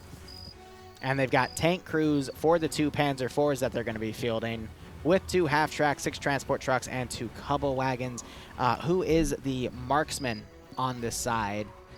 It is going to be Riccardi, who I actually haven't seen take marksman before. It got the little scope on the end, so that should be an interesting one. We got people like Erikiru over here, Tackleberry, Ash, the Foos guys, Bert, so 1RW on this side, some Milsim players. They're all going to be led by Fred, also known as FK Fred, and he's got Arcor, Private Norris, again, more of 29th ID, Bedokovic, who did really well last round, and some TSG players such as Slushy on this side as well. We also got Swola there, and Tass, Lusode from PS on this side as well. Is it PS or PSH? I forget. And then Green 4, meanwhile, is going to be spawning on the southern groups here. We've got Bassbeard leading them into fray, Pickles commanding the X-Ray group, Fisher being the marksman with the Springfield. We've got big names like Flood. We've got ML over here as well. Matura is also there. Broken, Dardis, Maz commanding Platoon 2 HQ. Azariah with Scandi Recon going on the green 4 side here. 4IB on this side as well. I don't see where Stark is.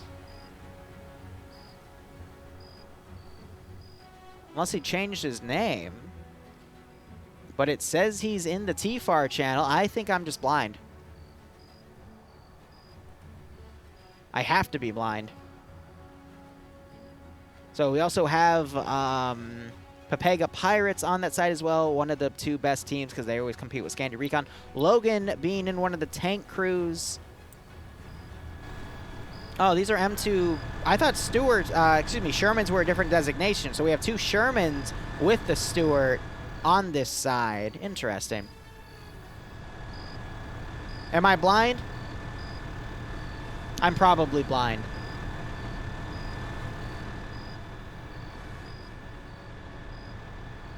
I legitimately cannot see Stark. I have to be blind then, right? No, if one of you sees where he is in chat, feel free to let me know, because I'm probably not doing myself any favors here.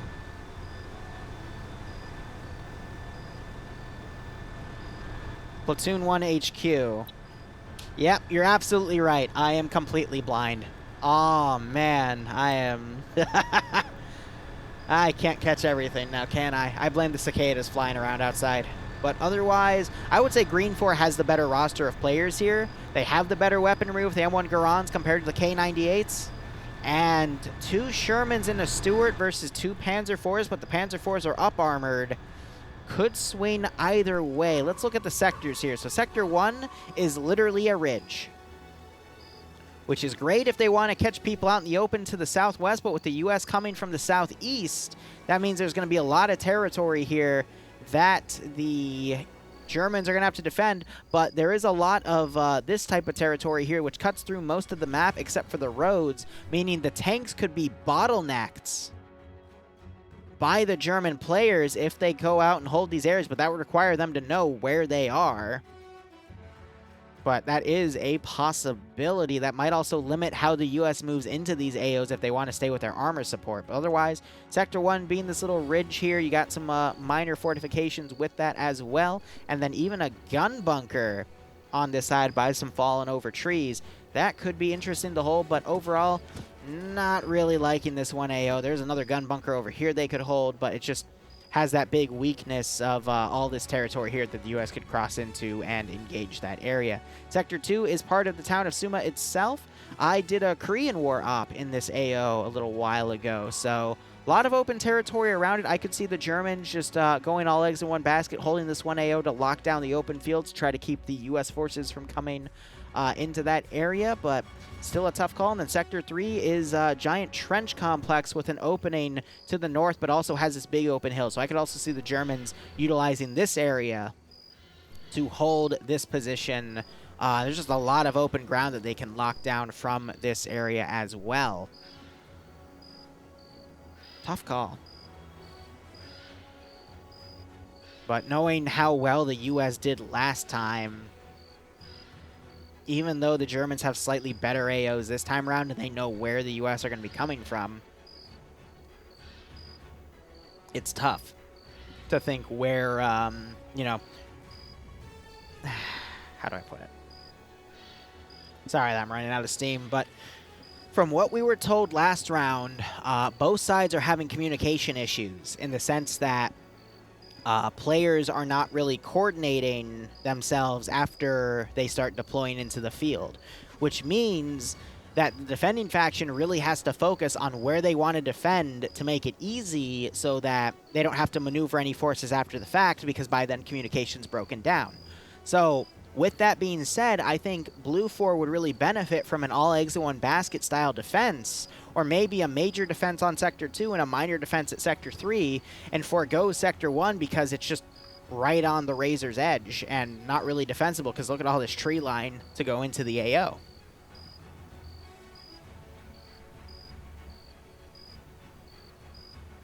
So otherwise, I just don't know how things are going to go here. I think with the U.S. having that third tank, even though it's only a light tank, the U.S. has the armor advantage and the weapon advantage, but blue for the German side. Again, if they hunker down and try to guard the choke points where the U.S. could bring in their armor, they could probably nullify, if not completely eliminate, the U.S.'s tank advantage.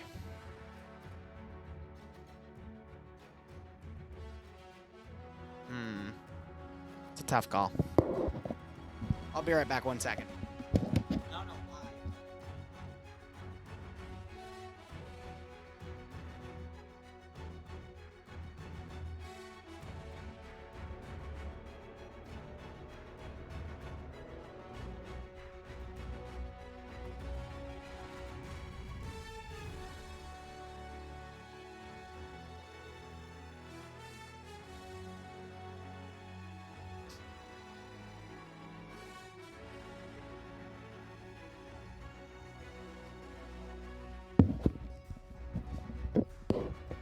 So I had some minor dental surgery a few days ago, and once in a while I'll have just my gums will ache a little bit. Just a side effect from it, but I just want to go pop some Tylenol because it is starting to distract me a little bit. Tootie's hoping the Germans will win on this one, otherwise he goes broke because there's 118k points on the German side. Jesus. No. No, they were the second option, so it's 45k on the German side and 118 on the US side, right? Jesus, guys. That's some high betting. This map does look good for ambushes, but I don't think the German players will have the numbers to do those counterattacks to make those ambushes happen. And ambushes require a lot of good coordination, and I don't think the German side, or even the US side for that matter, has it right now. It's the Stark bias, yeah, with what we saw last time 2 weeks ago. I'm not surprised.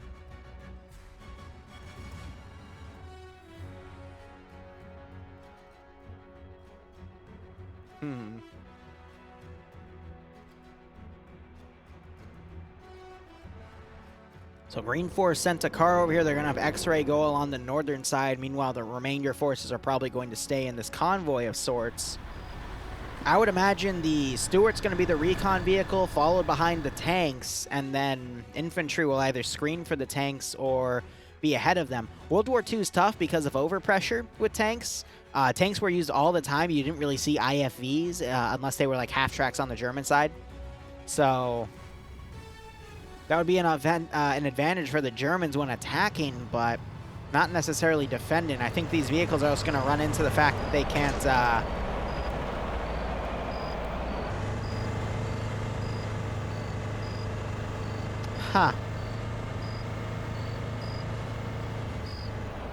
I don't think that's how it's supposed to work. I could be wrong, but I feel like that's not how that's... whatever. So I thought these things would actually, like, deter tanks and shit, but I guess I was wrong.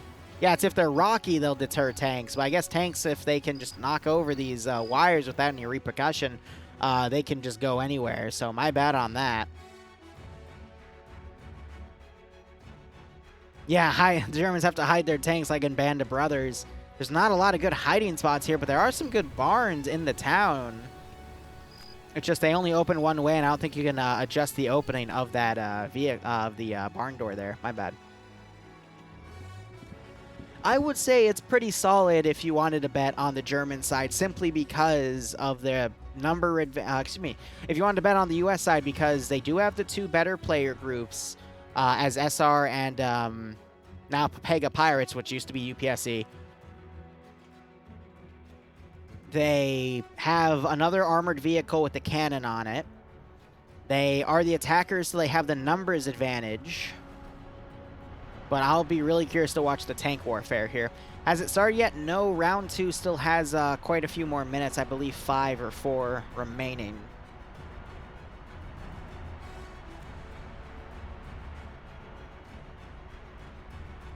That's fine, TWL. You can watch. He'll still be around for round 3, though, I'd hope.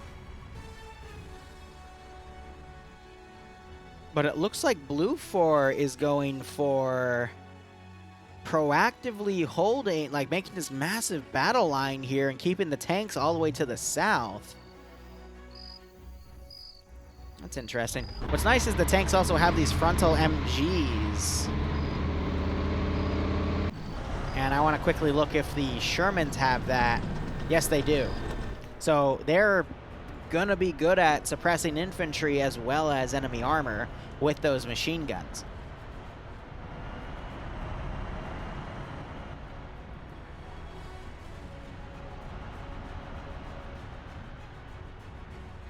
Stop cursing us and saying that for Blue.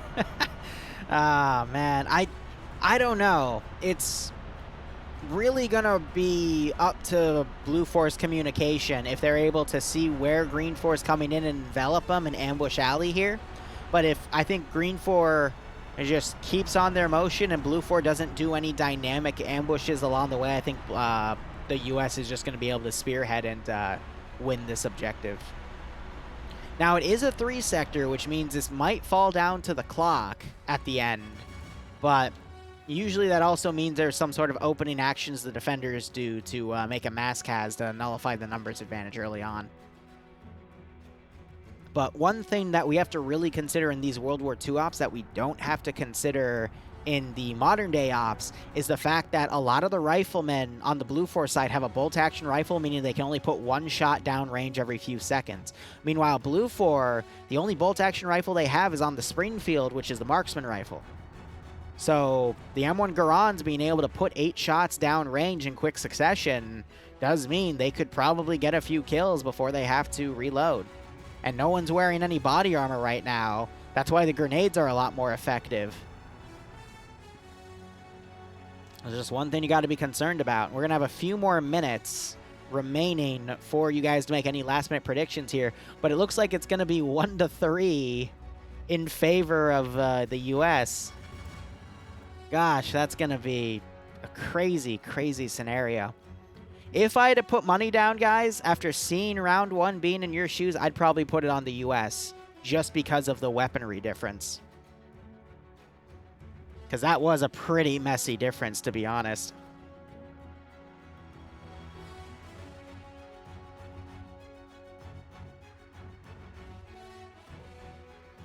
Shooting Bloodwing a quick text, excuse me. She's completely mellowed out today because we signed up on the house yesterday, and it's now, you know, legally in our names, settlement's done.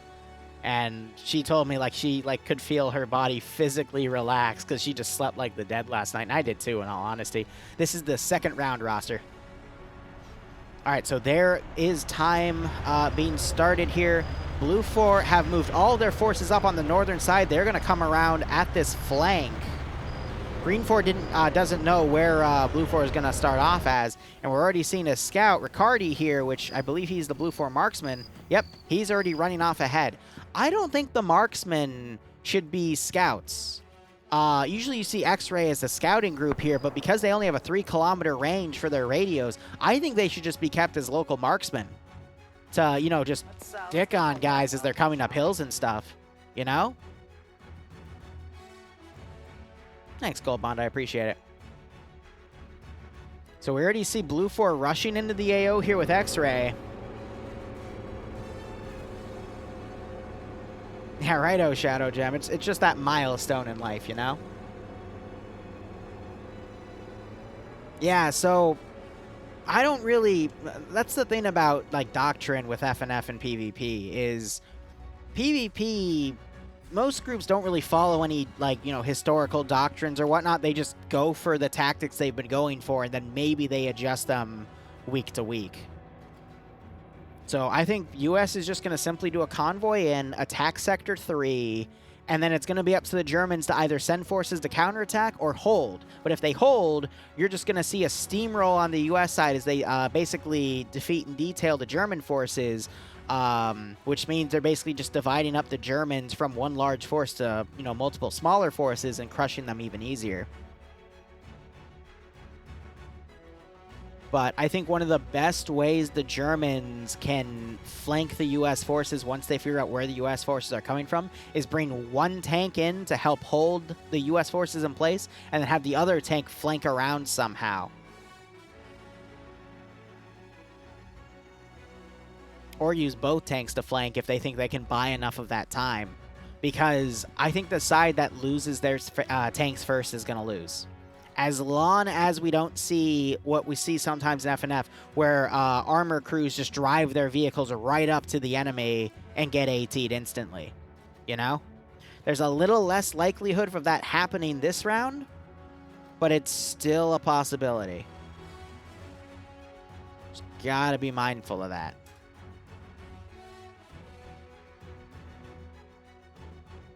I would say across, you do see Doctrine execute in Arma 3, but only if it's a milsim group that's built around that Doctrine. One really good example I can think of off the top of my head is the 506. They literally base their Doctrine and all of their tactics off of U.S. airborne combat policy and whatnot, and procedure, or whatever the, I guess Doctrine is the proper term there. And they do it quite well. The issue I do find, though, is if you, you know, dedicate yourselves to following that Doctrine, that doesn't leave a lot of room for people to get creative of, you know, what if the Doctrine breaks down? Because I remember one mission I did, my entire squad got fucked over by a GMG, and I was left up, like, I was one of the only 2 guys left alive, and I had to literally just start barking at people, because there's another squad with us that met a similar fate. So I just started barking orders at people despite being the lowest rank possible. And people just snapped into play and did what I said because no one else was stepping up.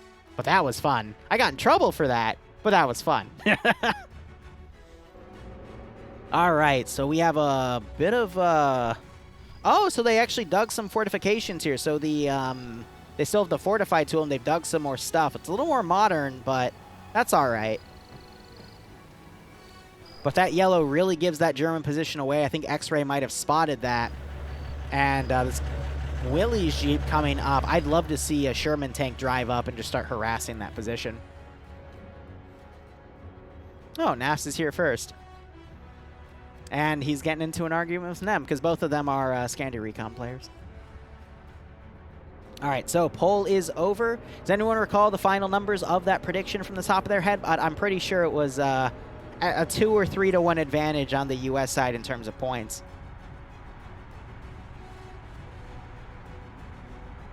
Not sure if Nafs is Scandi Recon anymore. Fair. All right. You just kicked them off.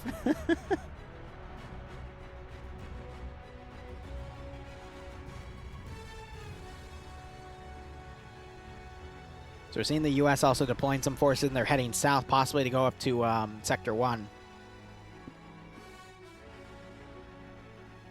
And we still have that one marksman, Riccardi, coming around this flank. I'll wonder if he decides to lone wolf and come around and just become a single marksman trying to take out as many U.S. forces before he's either taken out or forced to pull back. 60k for blue 4, 124 on green 4, so it mellowed out to a bit of a 2 to 1 advantage. Nemesis, well, how did you play for Centaur? Admin abuse? Hey, that's an internal FNF issue, and I'm not going to touch it. Wink.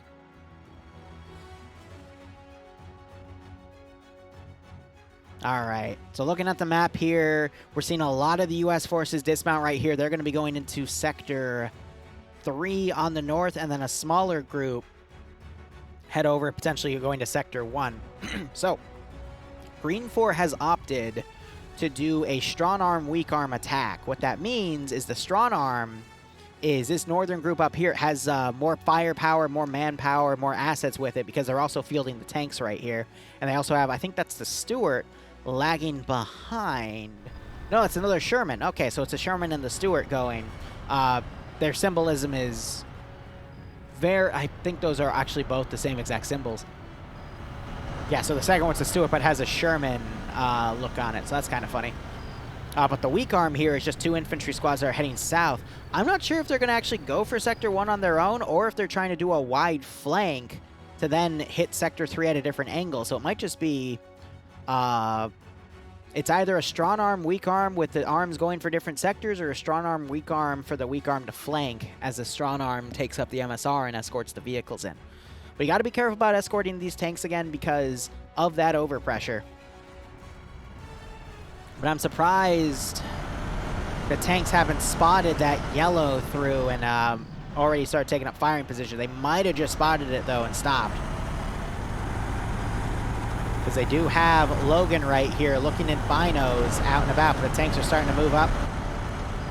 And honestly, I would say the Germans have done some sort of unified defense here. They're all evenly spread out in a big area. Not directly on the objectives, but they're spread out as a whole, and they've got the tanks holding the rear. But this is a play where the Germans are really going to have to be proactive in bringing their forces in to envelop the U.S. force. And if they're unable to do that, I don't think we're going to see a German victory here.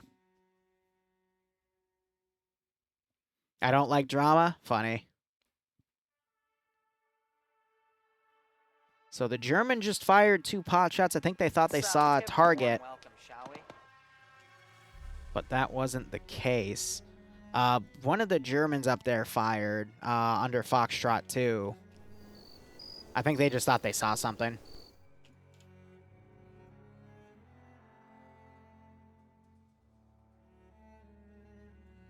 I'm not sure if the Germans have spotted these forces coming up yet. You got the Stuart right here, though. That's a little worrisome. Because now I got to wonder, where's Charlie 2?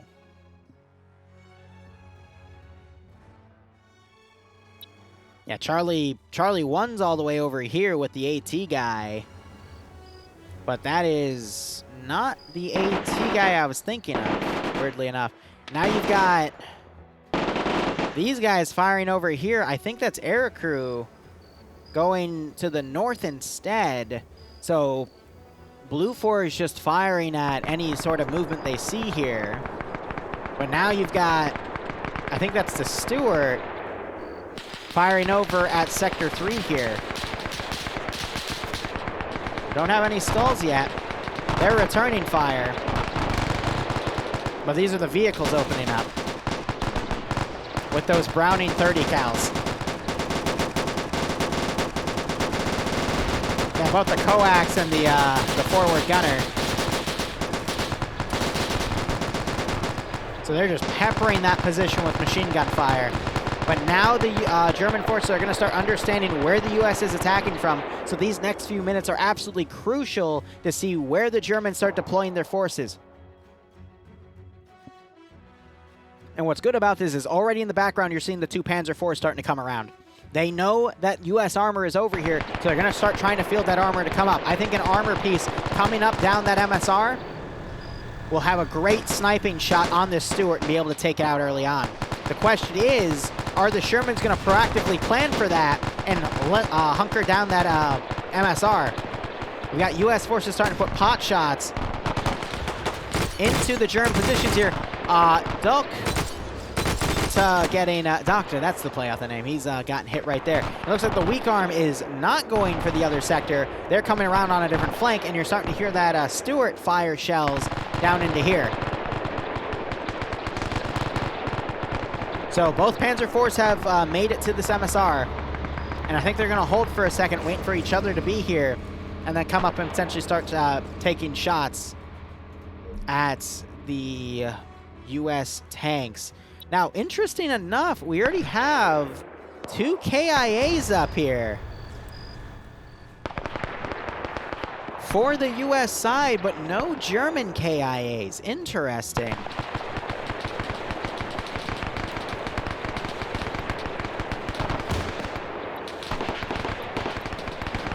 I don't see any kills, so I don't know what got him. AT firing, destroying the Stuart. Well, was that the Stuart? No. Was that AT? I think it was this tank firing.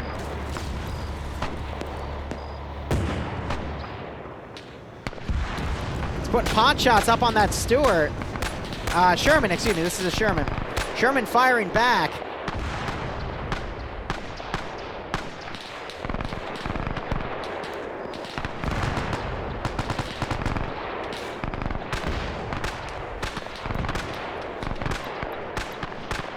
I'm quickly trying to see who got the tank kill, but I just cannot seem to find him.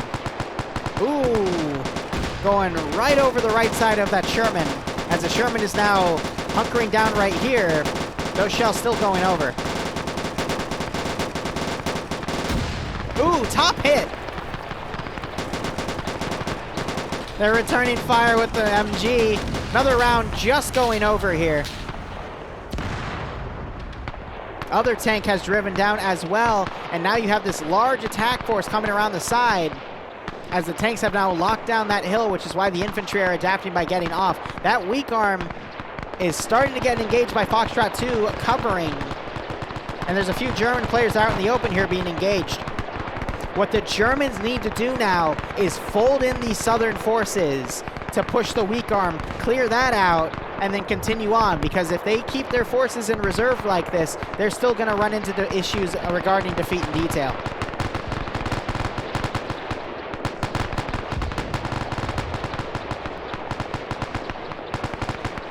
So even the tanks are firing heavy caliber rounds here.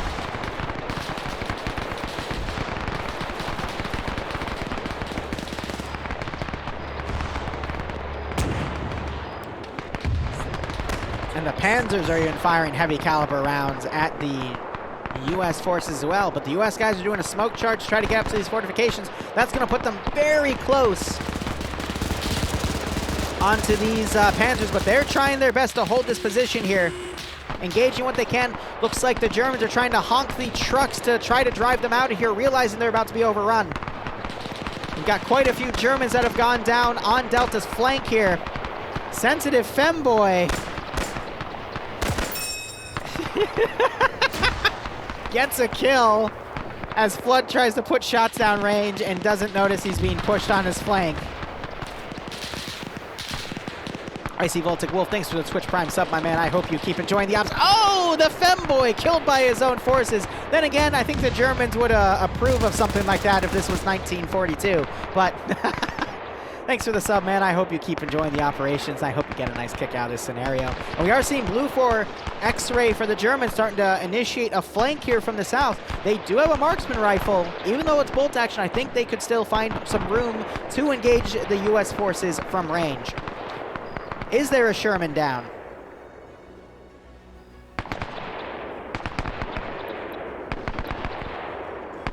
You're right. Yep, it was sniped out over here. I don't know what got it, but now the Panzers have the armor advantage, and if they can hold it and keep the U.S. forces at bay, I think they're going to do quite well. Not a lot of U.S. forces pushed up to this flank. They're instead choosing to stay on Overwatch. Now we got German X-Ray coming around. Be curious to see where they try to engage. So now the Germans having the armor advantage, but U.S. still having the infantry advantage. It's going to be really curious to see how either side adapts. Hey, Ezio, I'm sorry, man. My settlement for signing off on the house took a lot longer than we thought because the seller hadn't arrived yet. He was late to arrive, and then we had to get a few documents changed because they were incorrect, and that took a hot second. So I'll see you guys next week. I'll try to show up Tuesday as well. Otherwise, Sherman pushing ahead of infantry here, with both Panzers on the prowl.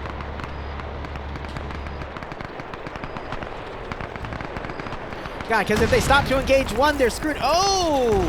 A nasty rear hit. They missed their shot. And now the Sherman's exposing its engine. I think the engine was just lost, and now it's smoking. Another round goes through, clips Logan in the shoulder as that Sherman continues to fire. I think the Panzer's gun just got disabled, but the other Panzer's now coming up to flank.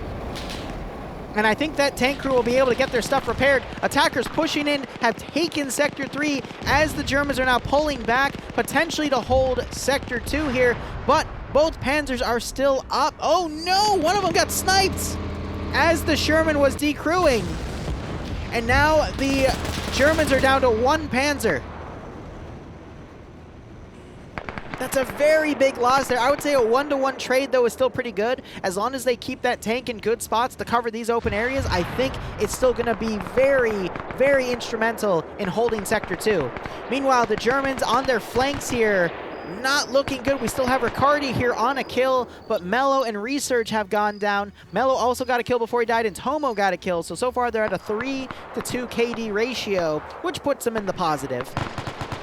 But hopefully that marksman rifle is able to help pick off some of these remaining forces coming in. But look at this surge of U.S. forces as both the strong arm and the weak arm are starting to reform at Sector 3. And then from here, I gotta wonder where they're gonna push. They outnumber the Germans to a pretty high degree here. But with all this open area that the Germans have to lock down, and honestly not a big perimeter the Germans have to make, and the Germans still having an armored asset, I think it's gonna be really tough for the U.S. forces to get ahead. I might have just seen a U.S. guy get shot here, but I don't see a body. But I could still see that Panzer pick off units with machine gun fire. Attaboy there. It's Enabi, my bad. He just took a few clips, but he is still alive.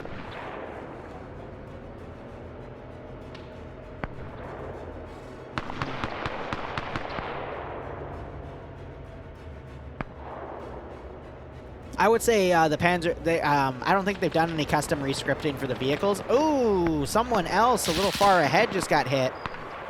Just showing the power of that tank is able to easily cut off enemy forces here. Looks like Tomo got hit. He might have been trying to make a move. Riccardi's also pushing up. He's on his own at this point. Didn't get an extra kill for it, though, so I think Andre just turned around and booped him. But yeah, this open area, if that tank can pull back... Oh, bazooka just got heard. I don't know where it landed. Oh, way short. Yeah, so Charlie 2's right over here. They completely underranged that bazooka.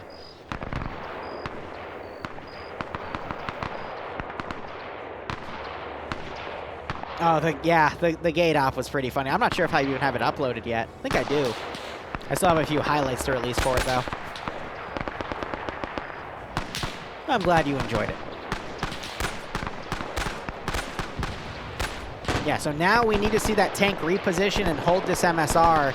And as long as they can keep the fire up, they can deny the U.S. forces from getting into bazooka range. It's just watching the flanks is going to be tough. We do have Foxtrot 2 here, which was that original tank crew. They need to pull back as... No, Foxtrot 2 is an infantry group. My bad. But they've got some stragglers left out. And we still have Fred here, ground command, holding Sector 1 on his own. Tomo woke back up. Riccardi still on the back line, but major amounts of infantry on both sides here. But I will admit it's starting to look a little even in terms of numbers. We just got to see if the tank can keep it up.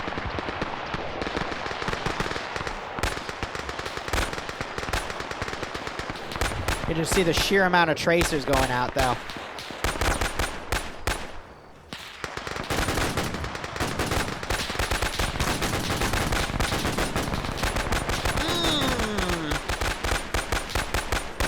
Sam just got his neck shot out there. Both sides are doing their best to just unleash a storm of bullets at each other here.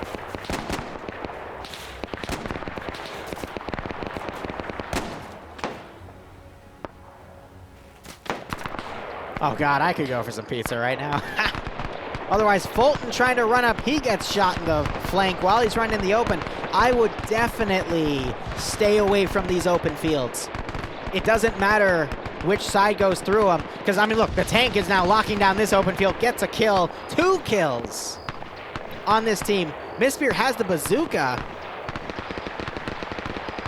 but they did get the 30mm M19 19A6 gunner.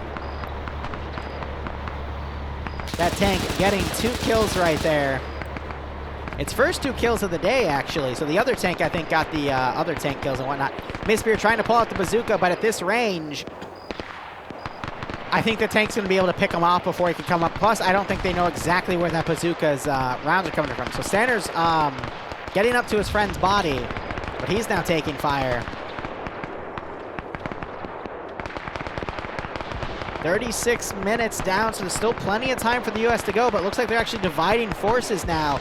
sending some of their force to the south. This is Scandia Recon trying to flank this large offensive, which I agree with. I think this northern group needs to continue coming around, fold closer into the tree line over here, and then just attack from the edge of the map here and come around, because otherwise the tank is just going to completely lock down any movement. But the Germans, they need to adapt too, realizing that the U.S. might try to flank and set something up right here, because if they don't, they're just going to get flanked and things are going to fall apart for them. We got Dryden pushing up. Might completely move around Gorski here. Ooh, or not. Dryden's gonna, I think, see, nope, he sees Burt. Drops Burt. Gorski's gonna see those shots.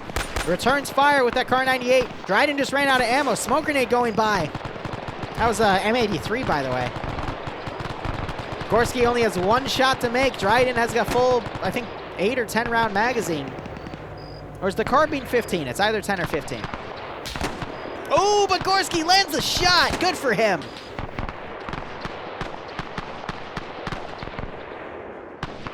Great shot there. I hope he picks up if he picks up that carbine and tries to fold in behind Green 4 here, I think he's going to do a really good job. Just showing you to remind you that no body armors on either side. It's World War II, so one shot is all it takes from a bigger caliber rifle like Car 98. And I think that's pretty well balanced in its own right. Because could you imagine you only being given a bolt-action rifle and your enemy's able to tank every shot except to the head? That would be very unfair. So I do agree with that decision from FNF to not have any body armor down, because they also have a mod that has them all re-script. If you're wearing a vest, it turns it into a plate carrier for balance. But one of the things about World War II is there were some aspects of it that were very, very unbalanced in itself. So yeah, so, I mean, the wiki is saying that the bazooka can be effective up to a certain range. Yes, but you got to remember that this is a video game. It's not completely coded to real-life standards. And we also have Fisher down. Bassbeard's coming around. They might load him in a Vic and drive him around. I think the tank... Yep, tank is on 6 kills, by the way. So, as I said earlier, it's whichever side has the tank is going to get a lot of damage in.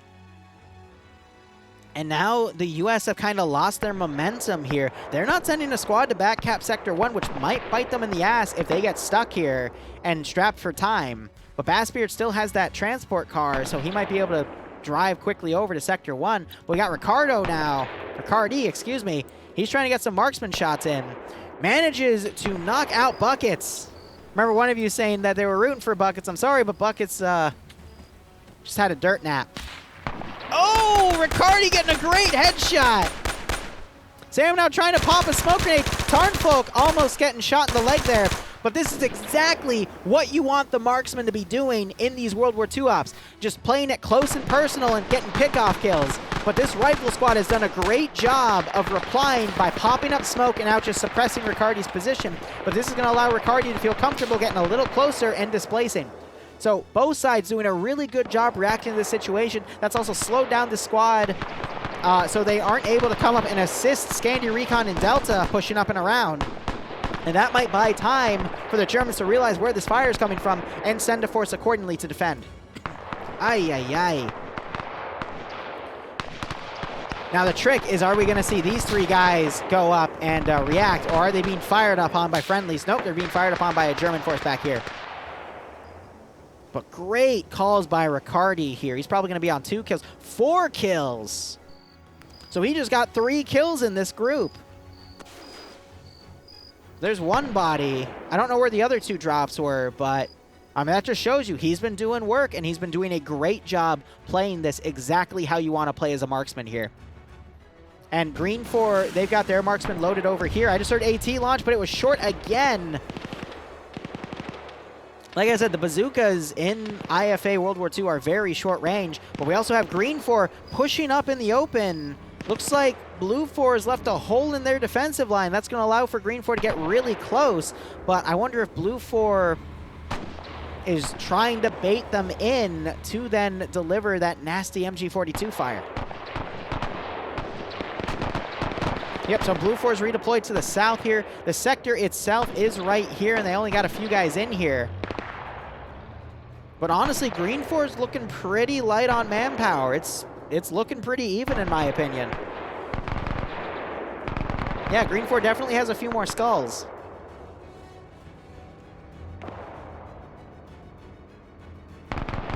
So out of curiosity, Fred, I believe, is just camping the farthest trench. Yeah, smart call. This giant open charge, though, is scaring me. The tank's pulling back, though, because I think it knows that the bazooka's coming. So that's going to allow this group to keep pushing. But if that tank were to hold and just start engaging these guys, I think it would be better off. So if this tank realizes that and turns its gun, they're having someone turn out to look. That tank needs to start moving on these guys because they could completely lock down this sector right here. So otherwise, you're just going to start seeing Blue 4 guys getting picked off. So I think they're just fearful of a flank here. So this means there's no coordination right now between the armor asset and the infantry. But one of these two Blue 4 guys, no, both of them getting picked off. Great call by the tank. Now it needs to make a right turn right here and start focusing on the infantry before it gets pushed.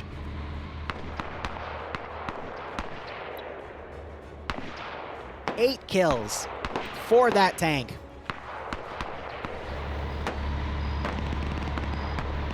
So I think they're looking over, they're seeing the smoke over here, so the tank just needs to do a turn. So they can get that machine gun ready to go as well. But that tank, I think, could literally hold this entire flank here. So you got Alpha now completely trying to do a wide flank here, but I don't think the US side is coordinating their attacks here. We're just seeing groups starting to go in on their own and just run into defeat in detail. And that's going to allow for the two half-tracks that we haven't even seen on the German side till now, bring their machine guns up and stop the German forces, the US forces that are pushing in ahead of other forces that are still maneuvering in the back line. Oh, why were you turned out, you goober? So that is one tanker who's been knocked unconscious. I don't know what that tank's doing. I really don't understand. So this asset might get squandered. He's on a 9th kill now, which is great, but just out in the open doing nothing. But I think the two half-tracks are still going to help hold. We have Vargrant and Logan pushing up, who are part of a tank crew, but they're taking some shots by McCarthy and Jones, but they're just not able to land, connect, excuse me. Logan did take one hit, though. He's trying to look down to stay low, keeping his head secured.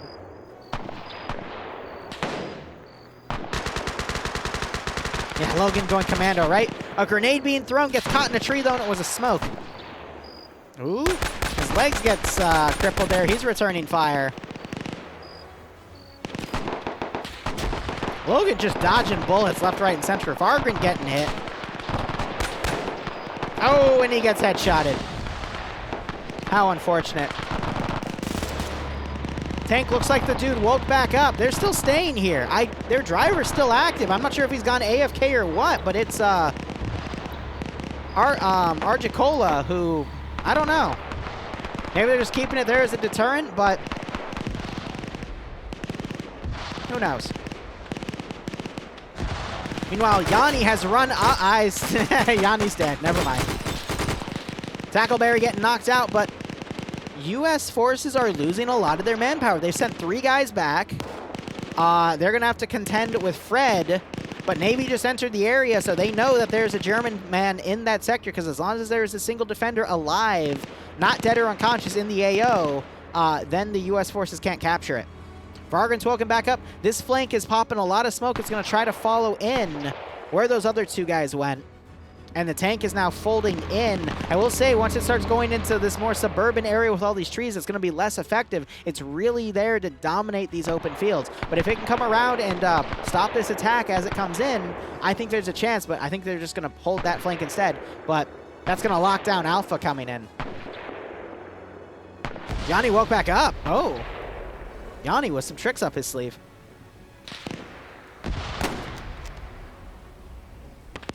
Grenade being thrown in that building might knock aircrew out. Yes.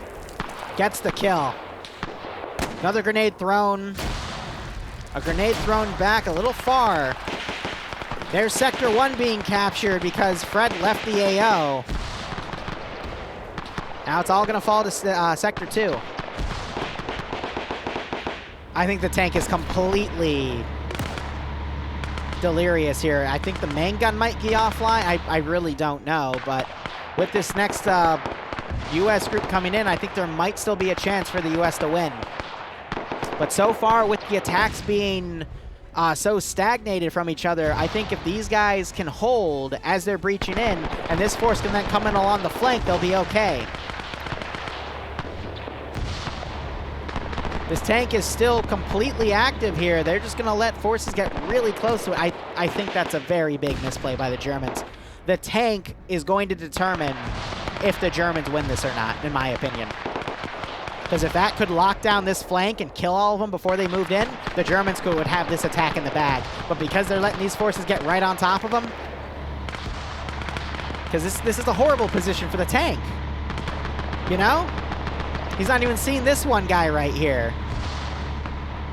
It's a very bad position. And it might cost the Germans the victory here.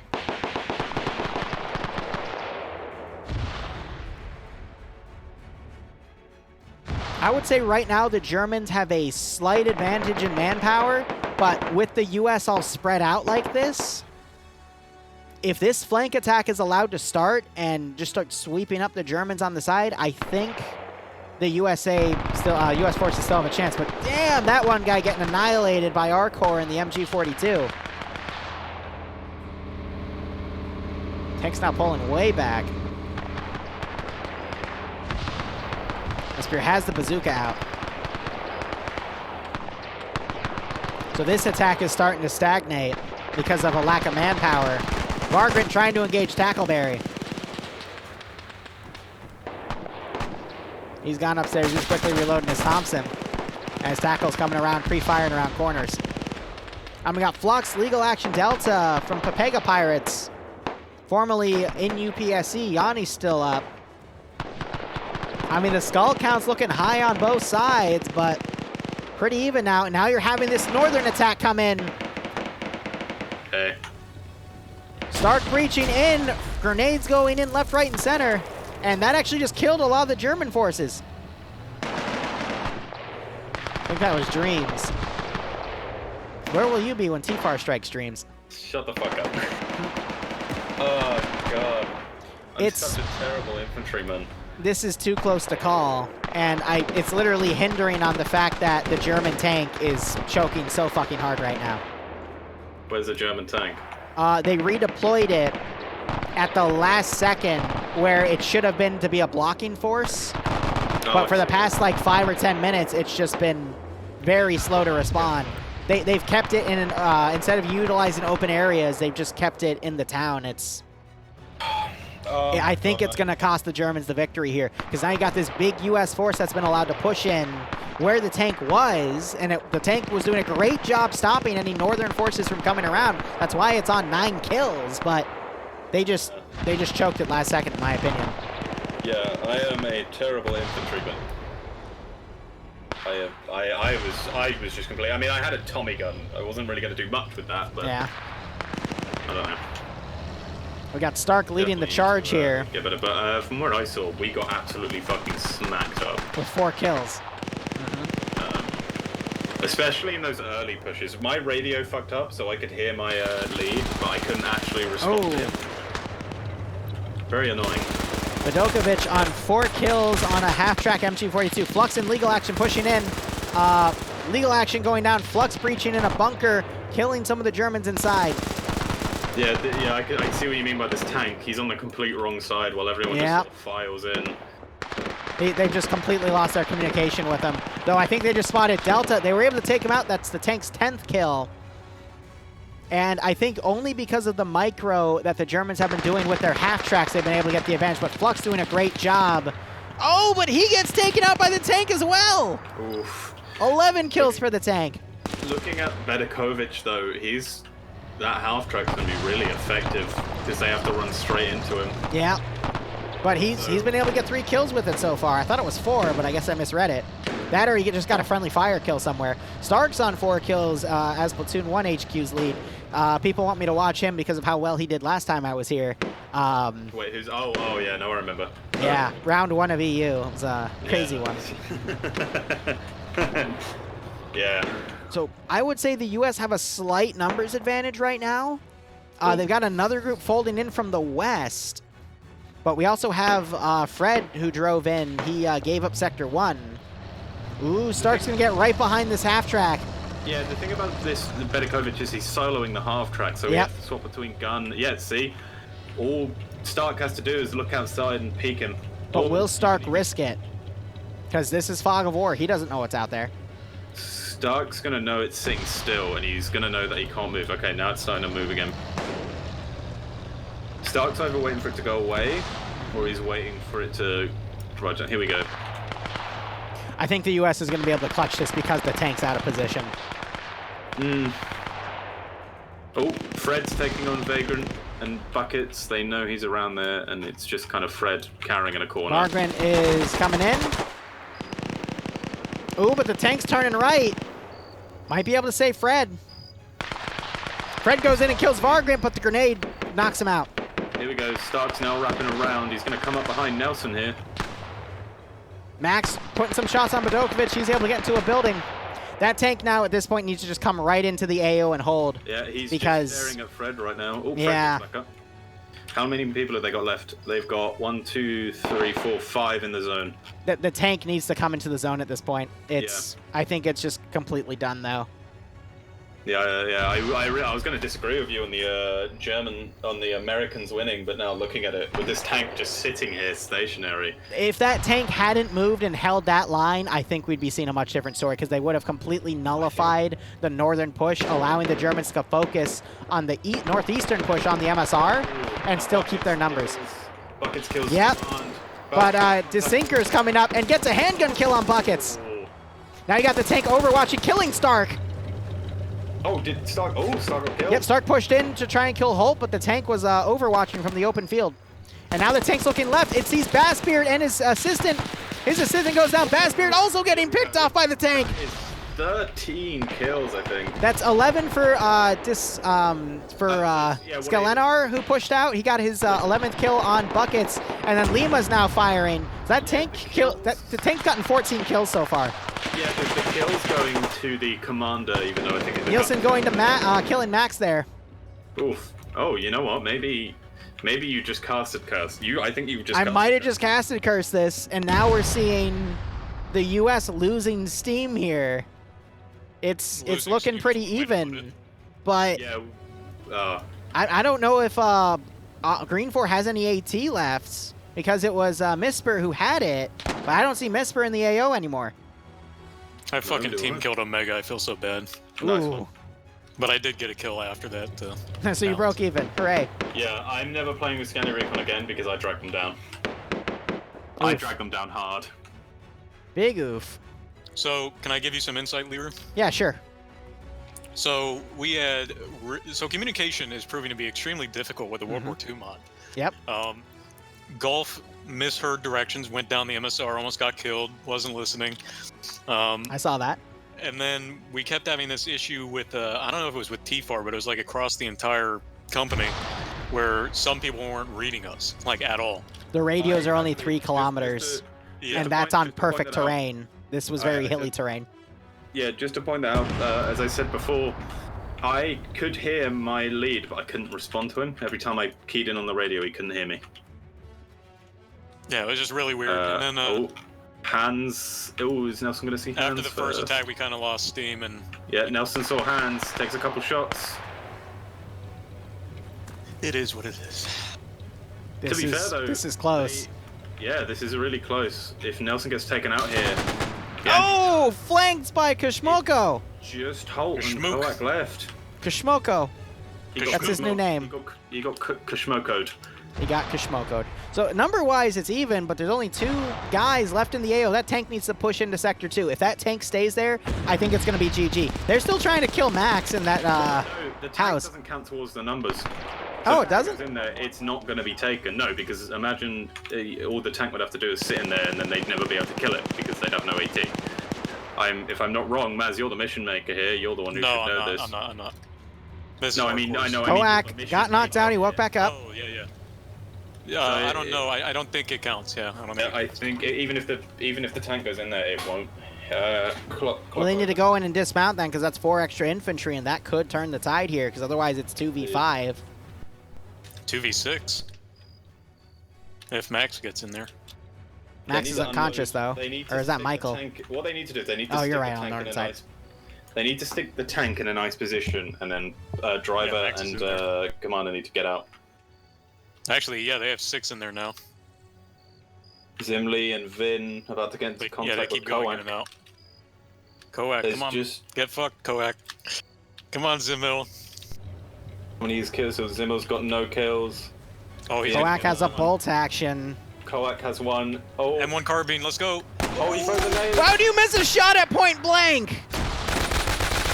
And Koak's down. It's So just it is Holt. very hard to shoot the fucking guns when you're swaying all over the place. Yes, that is true. I assume he's been running because you lose stamina quick in this fucking mod.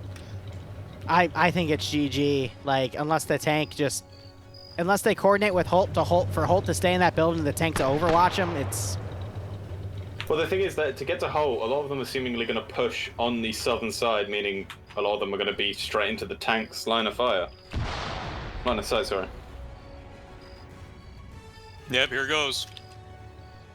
And they're pushing straight out in the open. That tank's going to see a couple of them. One HE Oh. shell. Here goes Edwin. Come on, Kashmook, get in there. Kashmook makes it.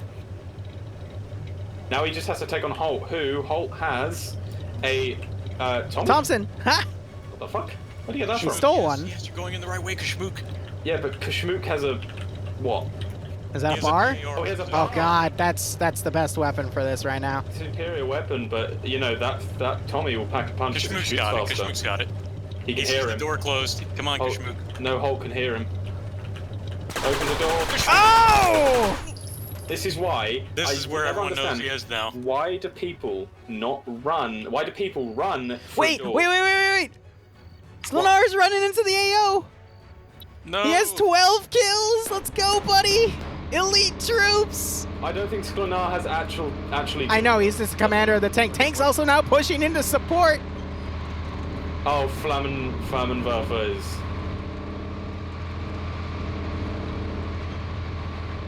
Oh, he took the 1919. Oh, please, friendly fire. Friendly fire. Don't be looking at the maps. Don't be Blow the looking at the building up. maps. Blow it up. Friendly wiggled. Ha! Ah. Right, Hans. Hans is about to move in. He also has a bar. No, he No, has he's got the 1919. Oh, does he not? Shut up. A6. Oh, that's even more bullets. Oh. No! Holt got him! Yeah. Lee was gotten out too. I think German wins. Oh, that's Personal great. steer. I said in the beginning, it was gonna be whichever side held their tanks till the end Yeah. would win. So, not surprised. That tank crew, I mean, Jesus Christ. Yeah, they did pretty good. I've never. 3 plus 12. Yeah, they're new people too, and 15 kills among them. Like, that's great. I mean, they are in a tank. Like, you know. Oh yeah, what do you think about the new building tools, Liru? Oh, I thought they were pretty cool. A little modern, but I mean, it's a good flair. Yeah, some of them are.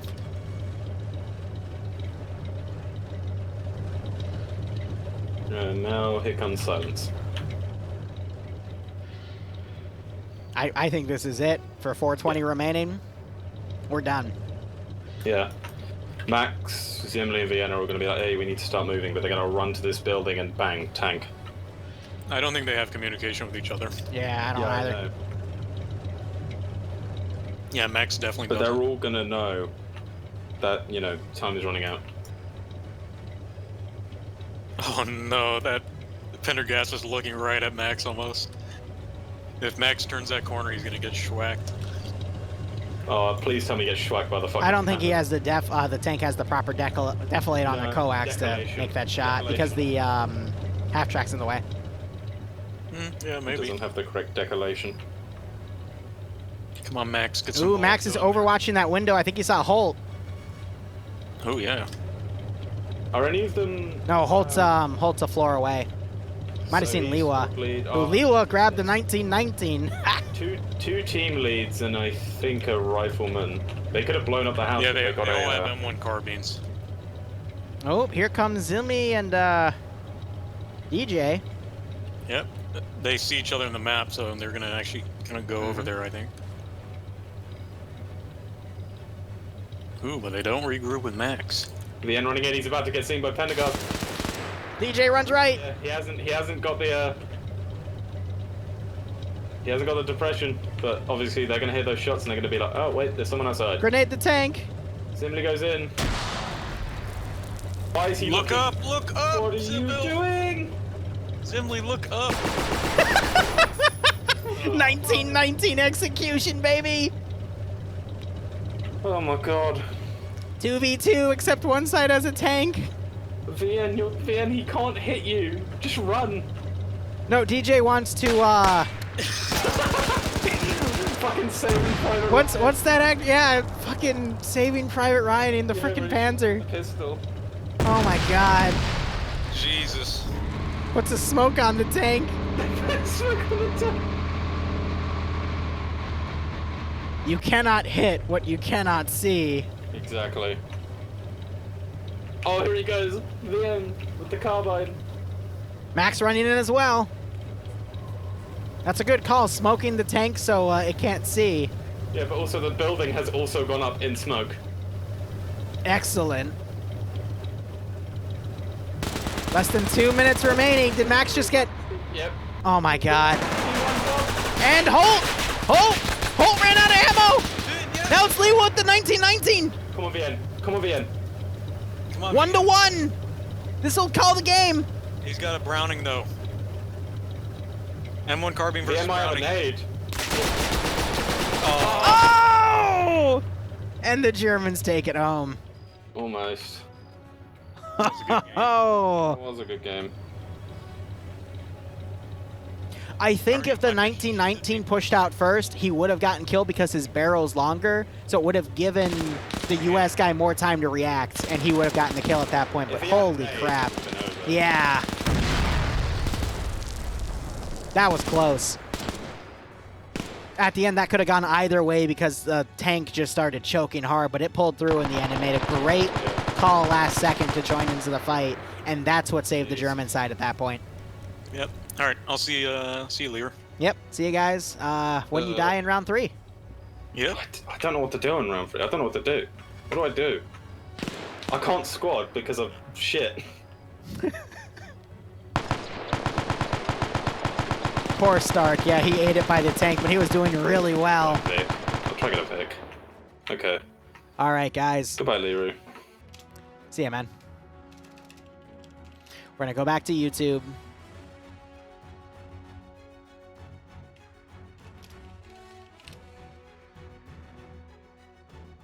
Let's play our song here. All right, so now let me get the ads going for our intermission. I thought that was a great second round, in my opinion. Absolutely incredible. Let me go ahead and get us going here. There are our ads going, and let me now give you guys your points. Prediction, the Germans won it. Just barely.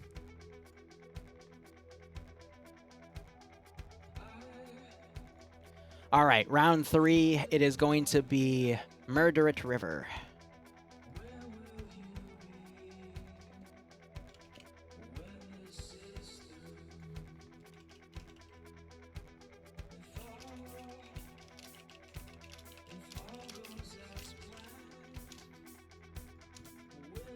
Now, let me go back to the multi real quick, and let me check to see if we had anyone drop from the multi here to make sure that the POVs are up to date.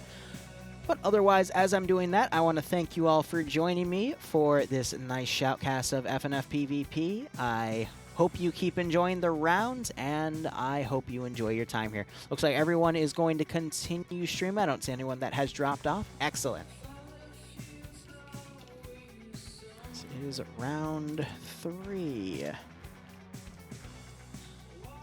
And it looks like it's going to be Germans and US again. Awesome.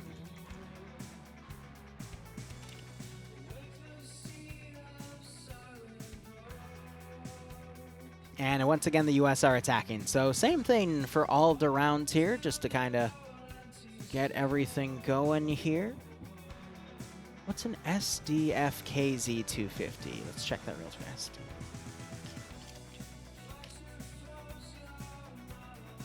Oh, so that's also a half track.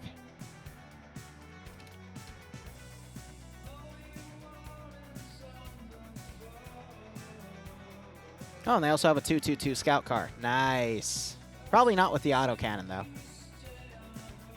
To basically counter the Greyhound on the other side there.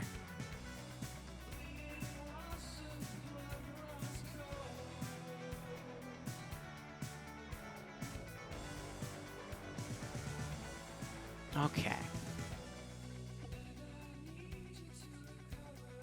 Let me get this written up. Let me just check one more time. It is at sector... No, it's a destroy. Okay.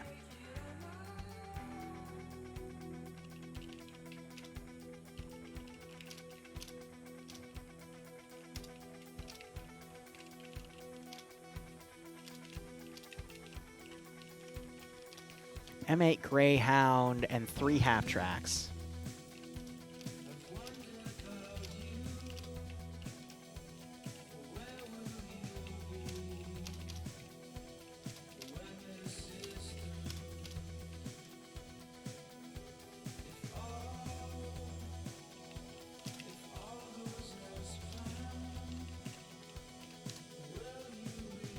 Alright, so overall, the defenders have a few more half tracks here, but that should be a-okay. Hey, DJ, how are you doing? I think I saw you in the last round, man. You did quite well.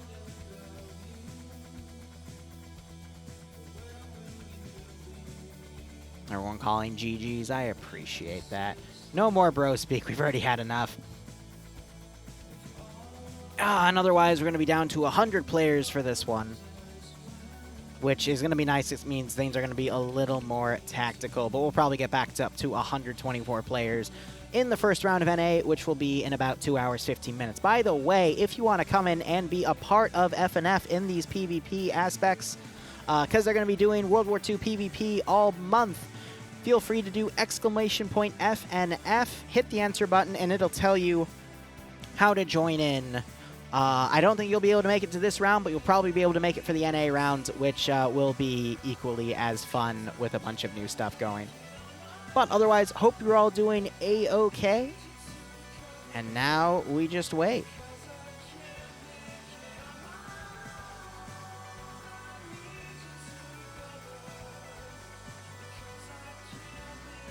We get to chill to the Mass Effect credit song. Let me quickly look at a few things here in terms of analytics and how everything is doing as I basically micro stuff in the background, you know?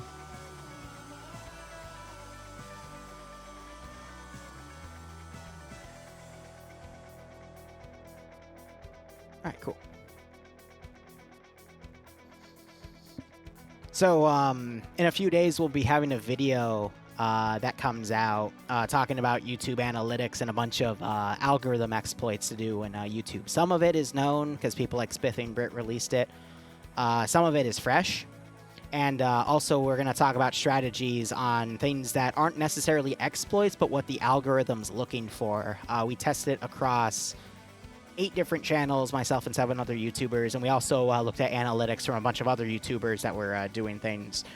We had to use things like Social Blade, which skewed the analytics a little bit, but based off of the patterns we were seeing, everything was similar.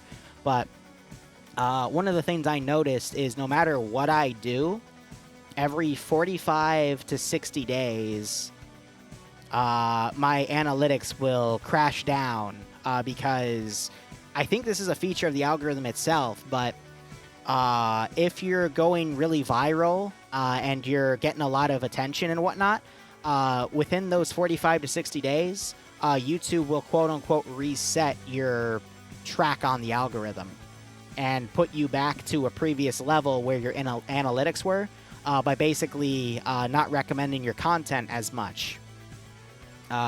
Just to give other people attention. That way no one can constantly ride out the algorithm to give everyone kind of a fair chance. The issue with me, and this is why I'm kind of stuck in a YouTube hell for the next few years, is ever since 2017, 2018, when they had the content ban from the algorithm regarding military content, my channel got bundled in there, even though I'm not a military channel, but it's because Arma 3 got considered that.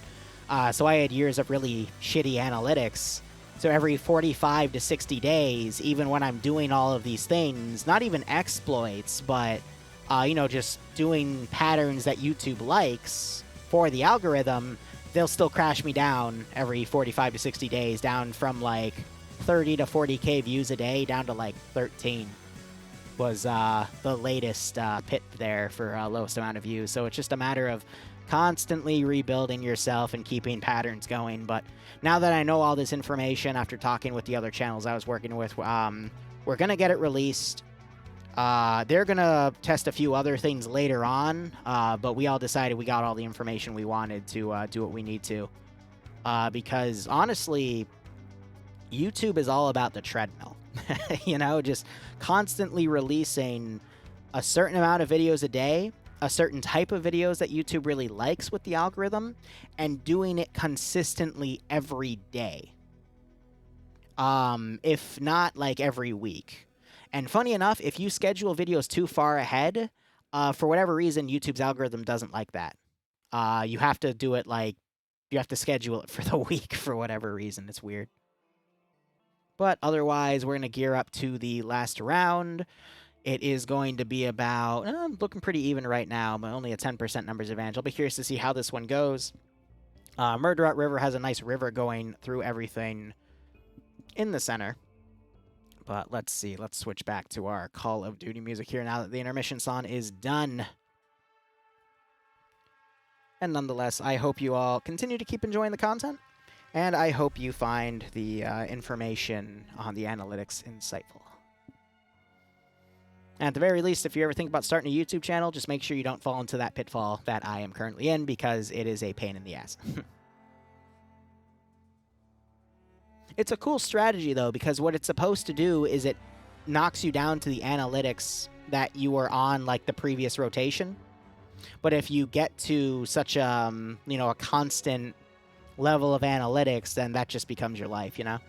Until YouTube's algorithm decides to refresh that, which we determined based off of the analytics we had on hand was like a yearly thing. Nope, sacrificing cats to YouTube doesn't work. We tried that across 2 channels, and wasn't successful, unfortunately. Why do you only tell me this now? Yeah, right? Extreme Mr. Actually, that's not Extreme. I'm sorry. EXE Mr. Krabs. Thank you so much for the 7-month resub. I hope you keep enjoying the operations and the commentary. And I hope you get a nice kick out of this last round of EU FNF. Which, again, we'll be back in 2 hours and 10 minutes for NA. I'll just be taking a break in the middle. So there's actually 2 different ways to do... How do I put this? There's 2 different styles of releasing videos that the algorithm likes. You either release something every day or you release something every few days. But you have to do it consistently. Because if you go from releasing a video once every few days to once every day, the algorithm freaks out because the algorithm wants consistency. Now, that consistency lasts across channels if you're all bundled in the same account. So do the analytics. So my Shenanigans channel was screwed from the get-go because the analytics already, noticed that my analytics were shit. So they weren't going to do me any favors on the other channel. So I should have, back in the day, made a completely separate Gmail account to log into to access that account. And not bridge them together, meaning when I logged into one, I had the option to log into another, but kind of bundle it in the same like group account, as in when I get my revenue, it goes to the same sub account on Google Analytics, which then goes to me. That was a mistake. That was a major mistake. But also, the algorithm tracks were different. That was a really weird thing that we found, though, that I don't think anyone knows about. So, again, good things to release there. And that probably just confused a lot of you. But it's in the sense that, because I run multiple channels, but they're all linked together from the same browser that when I'm logged in, because there's multiple ways and layers of logging in through Google and whatnot. That's all bundled in on the algorithm. Hazmat, it's actually not that bad when you think about it. It's meant to be a good thing, meaning if someone who's really popular and famous starts a channel, that channel that they're then starting is going to more quickly get up because they've already done all the work to grow big in the first place. But if you're throttled, like me, or at least was, but still am in some ways, you're just screwed constantly. Which is another reason why I want this information to be released, because I would not want anyone to get into my situation, because it sucks, you know? To run into the pitfall of something that's supposed to really help you and balance out the algorithm, it just constantly screws you.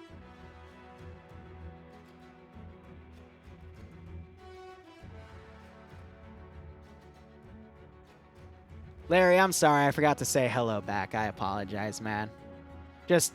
I'm tired. Frickin' got the house yesterday, big weight off the chest, got all the frickin' furniture we wanted set up and shipped and have all the dates coordinated. Now it's just we take our time. I focus back on working on the backlog I have to edit down, and we keep going. We push on. Also, I'm out of water. I'll be right back. I'm gonna quickly refill that water glass here. Probably start the mission.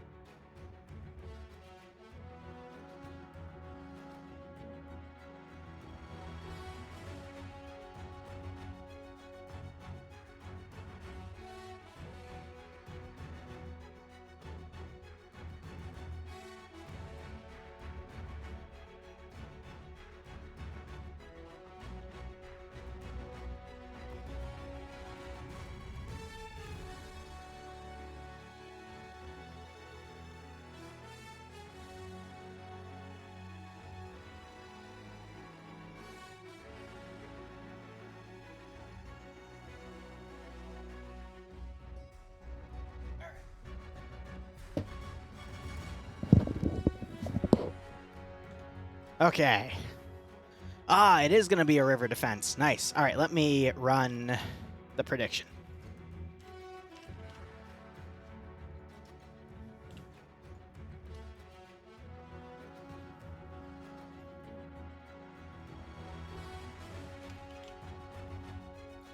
And I'll give you guys 15 minutes with it. All right, so US are spawning on the far western side. They have to cross the river and destroy 2 positions that are guarded by the Germans, more than likely ammo caches, but there's only a few different bridges that can be used, and we'll go ahead and look at them when the AO begins.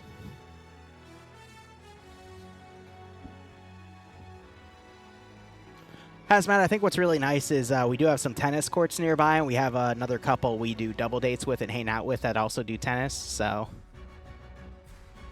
I can be a little more active and try to lose some weight, because I've gained a few pounds, so I got to shed that off. Logan's asking if the flat gun, so I think they're going to be targeting the flat guns here, but I think they're just props for this AO, because otherwise they'd be really nasty anti-infantry weapons.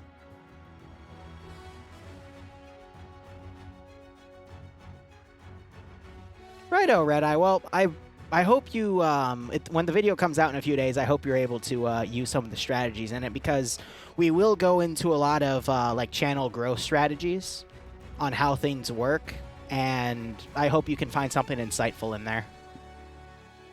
But really, it's just a matter of repetition and working on, you know, just constantly delivering. But that also allows people, if you know what to front log, you can front log stuff pretty well. Because now that I know what to front log, for example, I'll be honest, I have like 60 or 70 draft videos on my channel that I just need to schedule out. But once you schedule them out, if you schedule them out too far, the algorithm doesn't always like that. So it is a concept I will still be testing, just to see if it was possibly a skew in our data, because we only had 2 out of the 8 people working on stuff like that. And it might have just been before we knew about the whole cycle thing. It might just be one of those things. So keep that in mind. If you have complaints about asset pictures, please send a strongly worded letter to the mod developers for not including the appropriate files. Ah, yes, like how the UN sent a strongly worded letter to Hitler before World War II. Wink.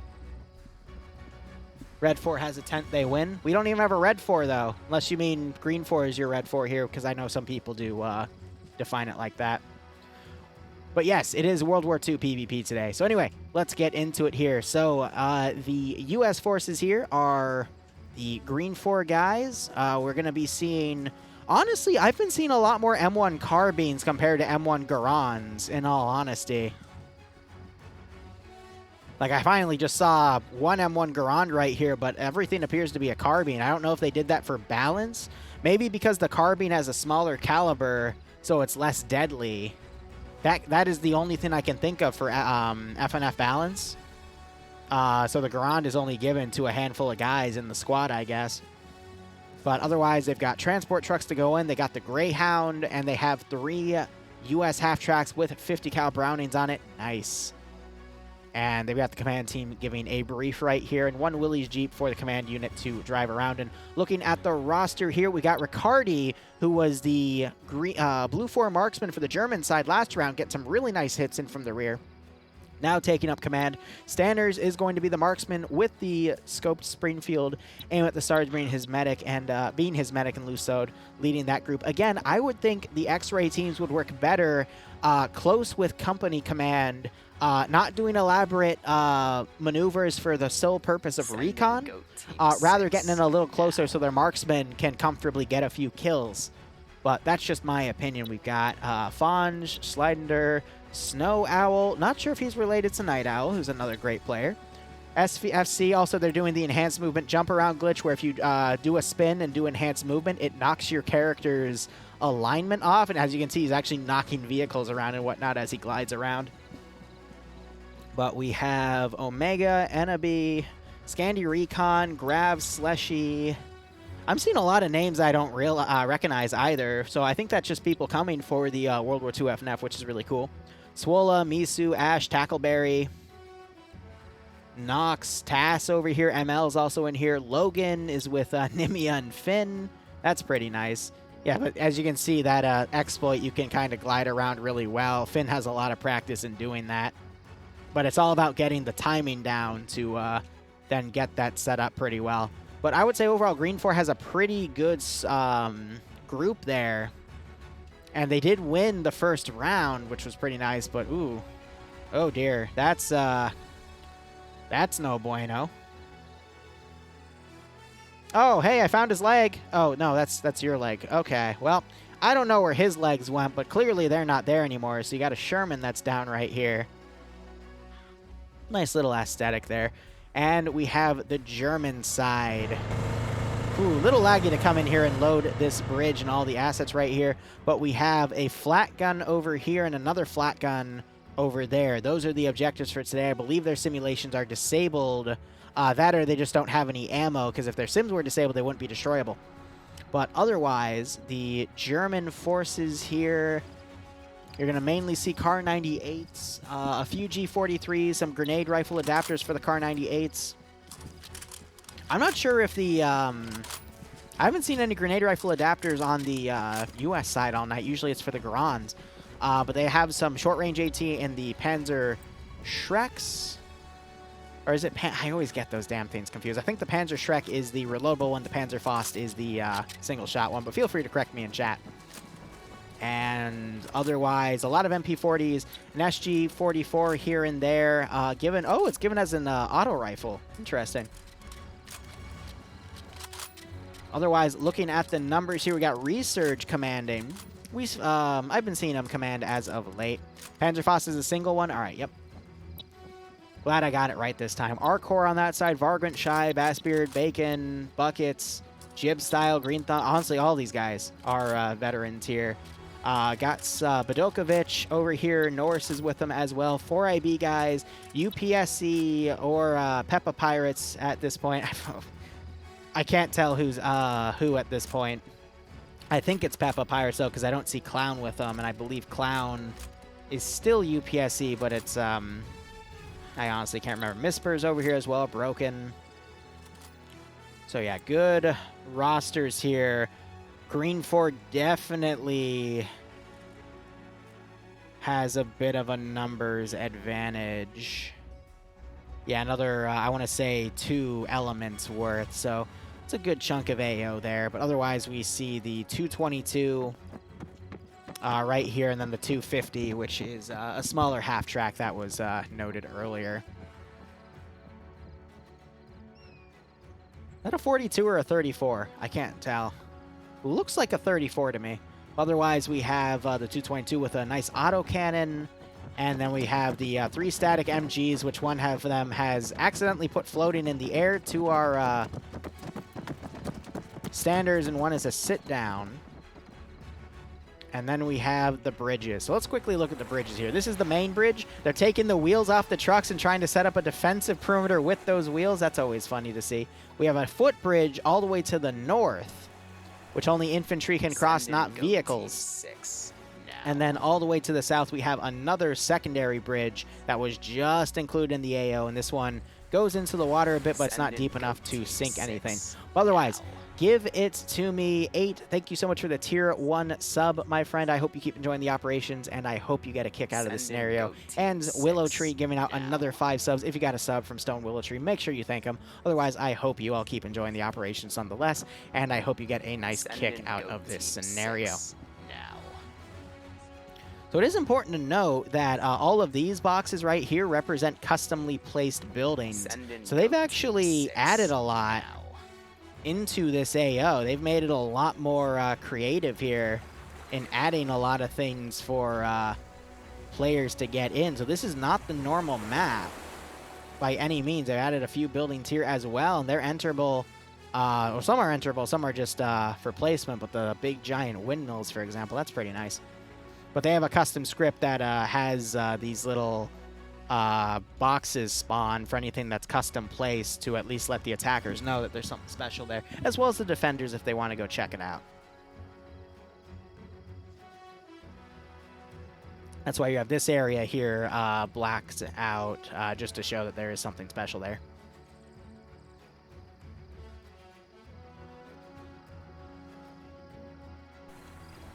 Ooh, there's even a bunker over here. That's interesting. And this building, I believe, is also a custom-placed one.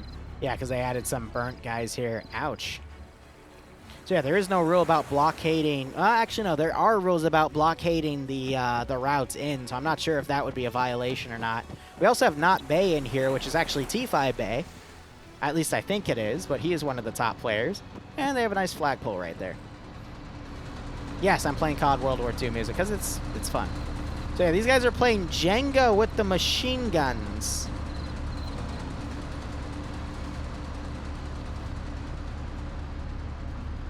For what reason, I do not know.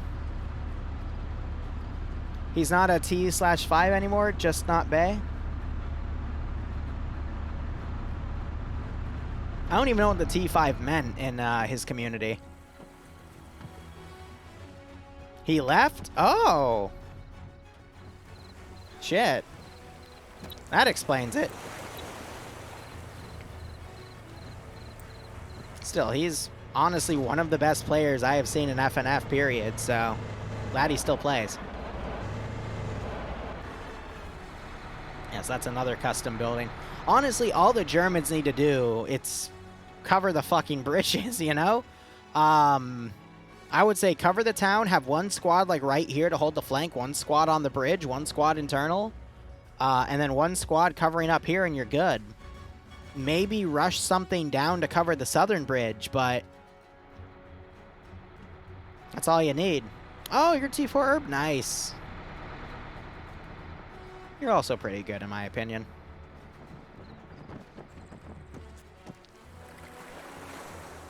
But I'd either see Bay run with you, or there was another guy who I cannot remember the name of. I'll know it when I see it. Yeah, I'd always see him with him. Regardless, we got Blue 4 just setting up defenses here. I'll be curious if they actually forego that objective and instead try to do an all eggs in one basket approach here.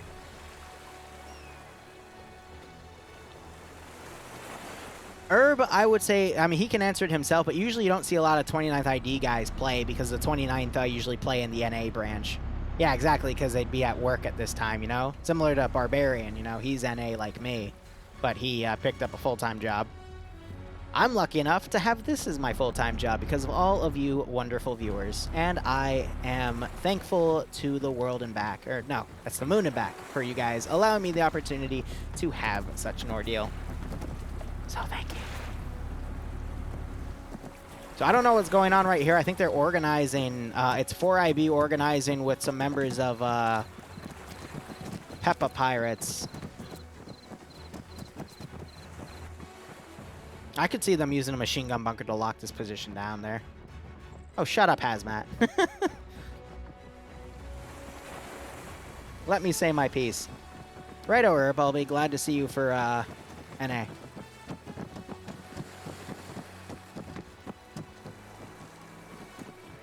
I'm going to be honest with you, I want to see this bridge be a bloody choke point battle. I would absolutely love that. Literally, to have both sides. You know what would be awesome? Is to just make this an AO and have a single sector be this bridge. You know what I mean? Like, make sure the buildings are, like, you know, even in the amount that people can enter and fire from, and then just make a neutral sector of whoever takes the bridge and is able to hold it wins. But then just fortify the hell out of this bridge, make it infantry only, have some clock towers on both sides for sniper positions, and just go ham. Like, that would actually be pretty fucking dope. Heck, I would make a mission like that, but I was told that all of the missions have been made or are being made by like staff members and whatnot. But I appreciate you thinking the idea is great, Wheaton. Hey, if there's any room, because I know, if I remember correctly, you're an ad. Yeah, Eaton Wheaton. I put you on the multi today. Good God. Sorry, I have a shitty memory, but yeah. It's a good idea. It's honestly like one or two of the clock towers on the back line, buildings like these on both sides, creating a lot of windows from what you can enter with. Yeah, no, that would be good. Just add a bunch of debris everywhere too, you know? Put in a good word? Nice. Day of Defeat source map. Definitely. But then, like, maybe put like a footbridge down here and a footbridge up there, so if people want to try to outflank, they can. Or just make it an all-out slog. It's really up to what the players want to play, you know? Reminds me almost of some of the maps on KOH 2. Yeah.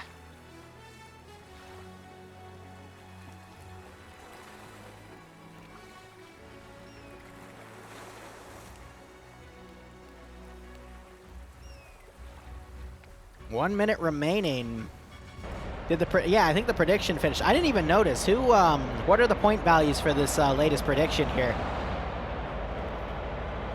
Germans are just going to go all eggs in one basket on the southern objective, and they just have two guys, no, three guys holding the northern one. It's the marksman team. Neat.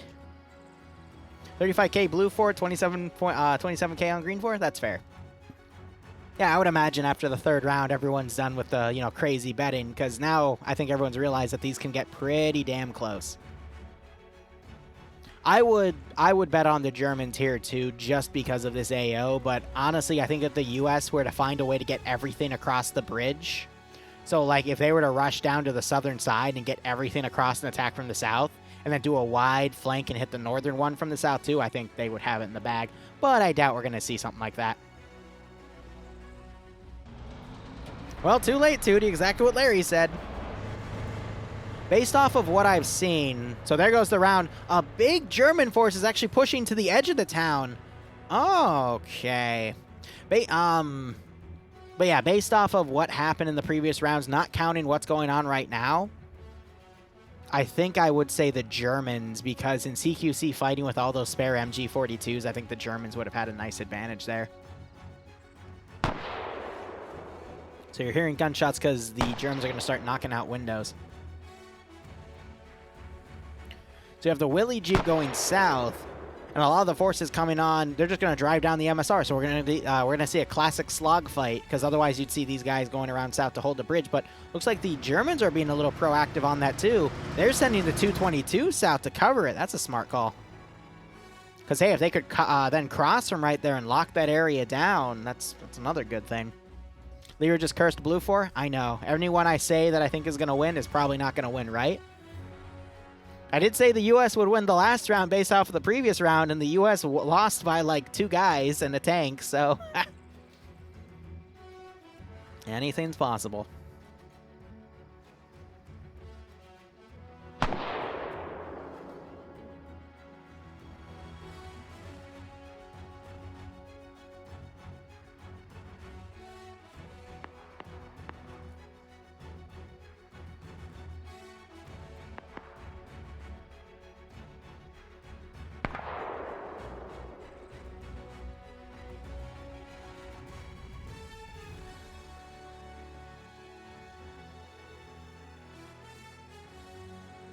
So now we're just kind of watching the deployment here.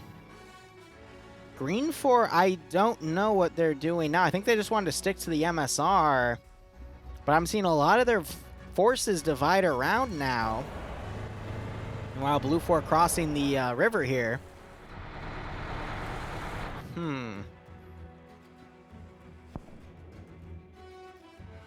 Weird call. Yep, if anyone ever wants to join FNF, just use the !FNF command. That will get you sorted in playing in the Centaur group. You might not be able to make the first round because usually they're filled up, but the second and third rounds, you'll be able to find a room.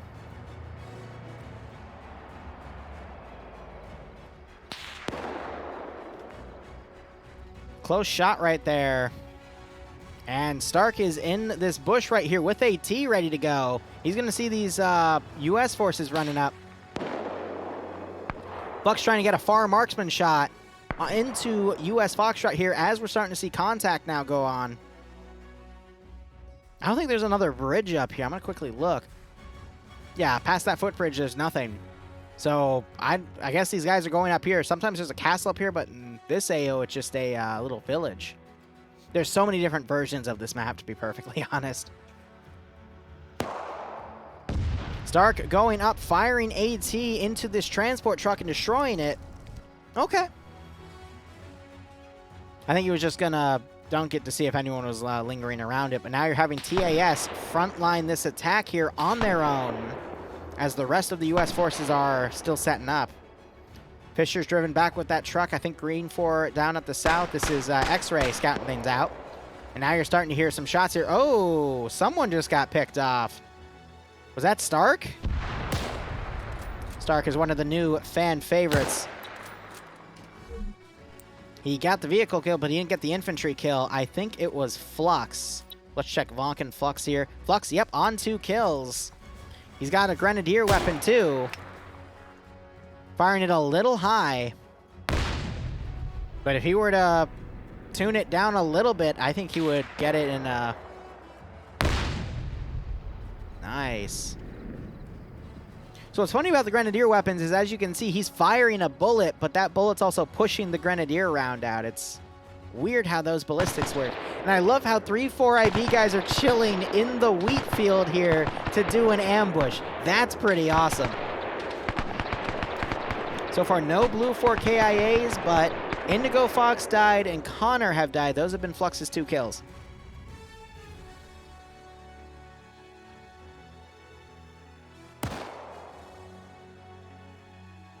Yeah, you're firing blanks, but I find it funny how the tracer effect still sees that blank go by. So it's coded to still technically fire a round, but you're right, it is a blank. Because if it fired a bullet, that bullet would go into your HE round and just blow up your gun.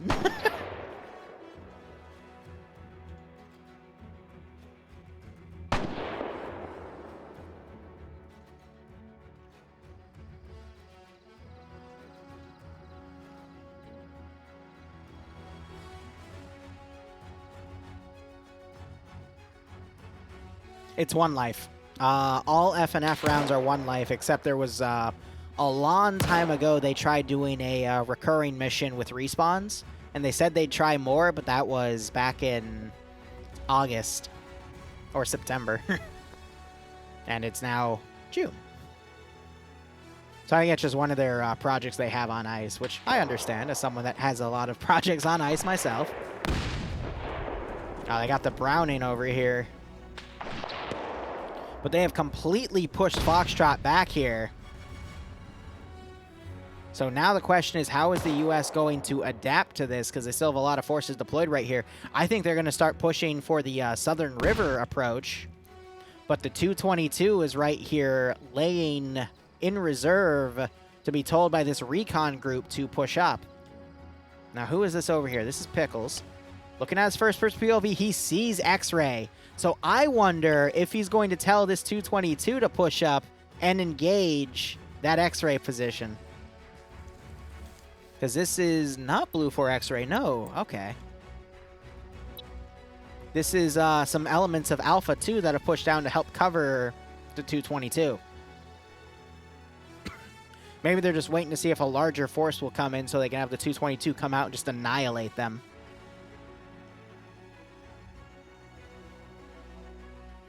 Yes, it's basically YOLO. He's now Stark's joined up with that ambush. Not Bay's come around as well.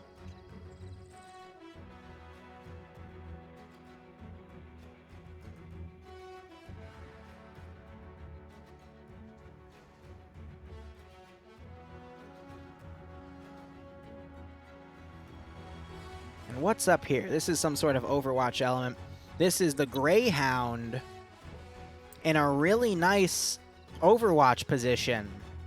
I like that, actually. That's a really good spot for the Greyhound, and that gives them full coverage of this AO, but they're now taking shots from these 3 members here, and it's their marksman, too. So he would have the engagement clearance, but even then, it's still going to be a tough shot. They pulled back. But that Greyhound does have the bigger cannon, and could just counter-snipe with it.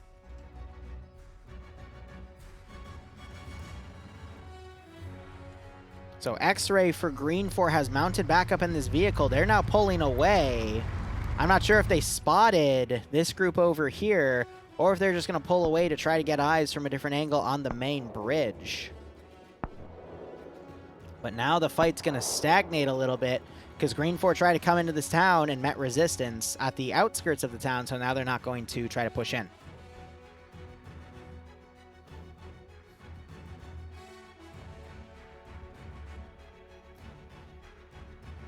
I don't know. I'm curious, guys. Give me a capital B if you think Blue 4, a.k.a. the Germans defending, are going to win. Give me a capital G for Green 4, a.k.a. the U.S. attacking faction, if you think they're going to win. I'm just curious what you guys think. Because it could still go either way. The Germans, a.k.a. Blue 4, did a really good job of halting that push and getting a few kills, but there's still a lot of time on the clock here. It's a tight-knit objective. I think if Green 4 can get their foot in the door somewhere, a.k.a. on the eastern side of the river, which, by the way, they're actually starting to get a group around on the far northern side, then they'll be able to come around Blue 4's rear and take everything out. Because, again, the main objective are these 2 AA guns, not to kill the entire enemy force. So a lot of you are saying Blue 4. I could see that based off of what we've seen so far. But look at this. We're actually seeing a big chunk of forces now pulling back on their side of the river to now do internal defenses, because they're thinking that Green 4 is going to plan some sort of major counter attack. But Green 4 is actually repositioning to go to the north because they, I believe, Scandi Recon was able to relay that they were able to get across that direction. So the issue with all of this repositioning that Green 4 is doing is it is going to eat up clock time. But Blue 4 has also completely pulled away from that northern position because the Greyhound's overwatching. The bridge cannot be destroyed.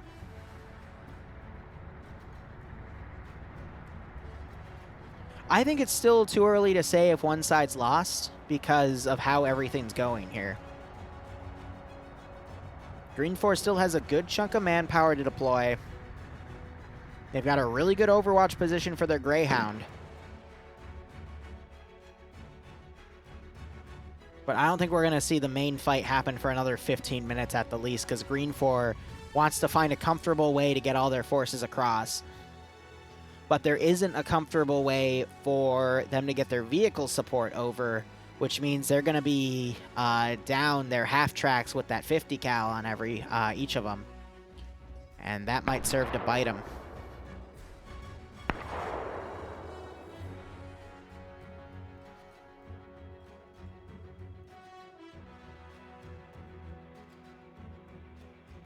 Green 4 lost the previous op by only a few people, but it's because they lost the tank fight early on. And it was that surviving Blue 4 tank that really... I mean, it got 15 kills. It is the reason why they won. I think Bassbeard just fell out of the guard, the church tower here. Just have some bandages up here, so they were taking shots. So really good accuracy from this Foxtrot team.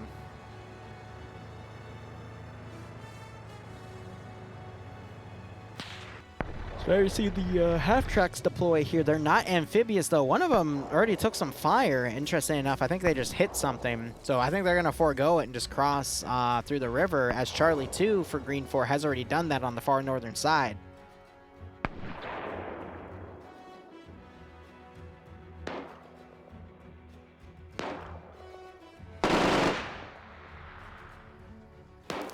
Burst of machine gun fire going out in that direction, but it's just a guess.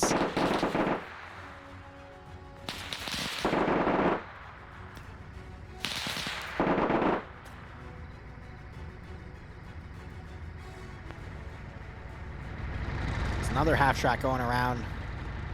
Yep, that was that last force to the south. Has that 220, yep, all right, so the 222 moved back north. The question is, where has it repositioned to? I believe it's over here now. Nope, that's the half track, locking down that really big open field, which is great. No, the 222 is dead.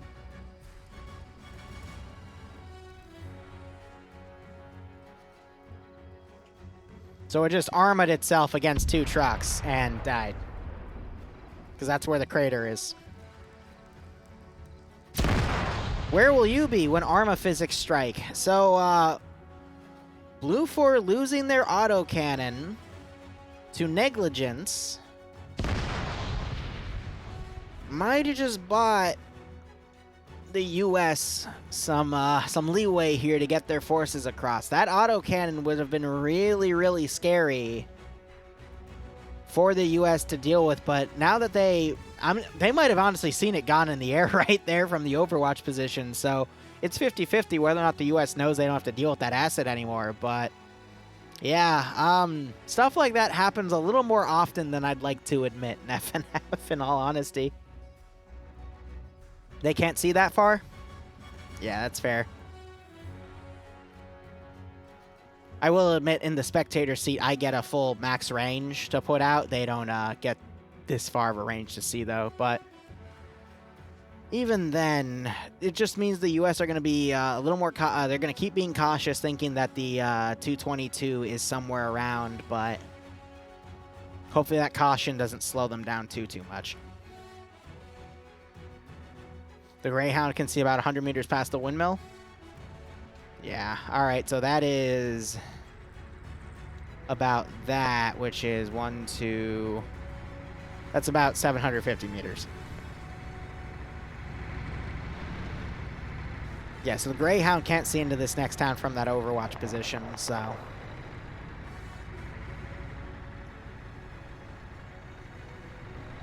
Let me do one more tick real quick. Yeah. So that's 5 ticks.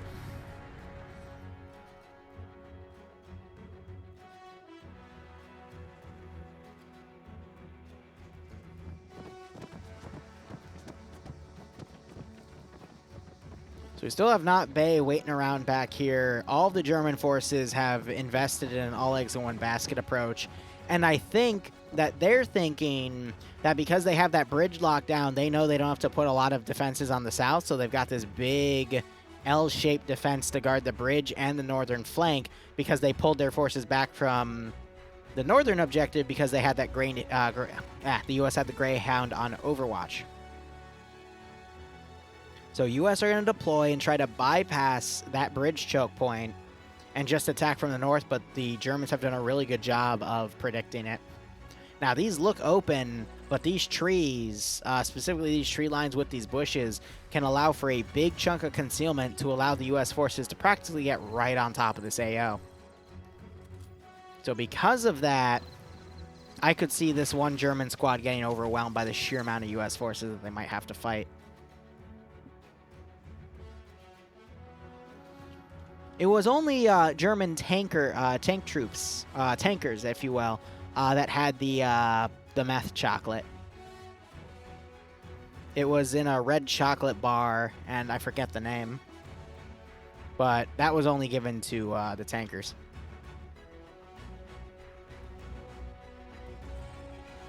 But yes, putting meth in chocolate does make your tankers more effective, apparently.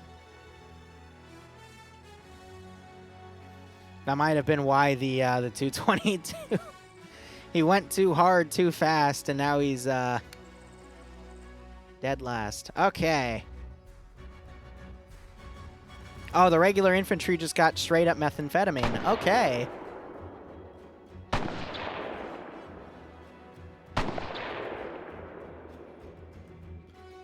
So Blue Force come up here and added some fortifications to the top of this building. These sandbags are great, but I feel like they're a little too framey in my opinion, but it's good to see them in FNF not causing any issues. That gives me a little bit more faith in them. But sometimes their textures freak the fuck out, and they get really reflective-y on the sandbags. Like flashes of black and whatnot. But they're still engaging this Foxtrot group, which is now pulling back. But I'm still only seeing those 2 original skulls on the Green Force side, and then you've got the tank crew dead. Yeah, so his body's over here. I think this is where he got flung out when he died. And the issue with these trucks is there's no destroyed texture. So it's hard to tell, but I mean, both of those were on fire. So I got X-Ray leading the way to scout. And they're taking fire from multiple different angles here. Something just exploded right here.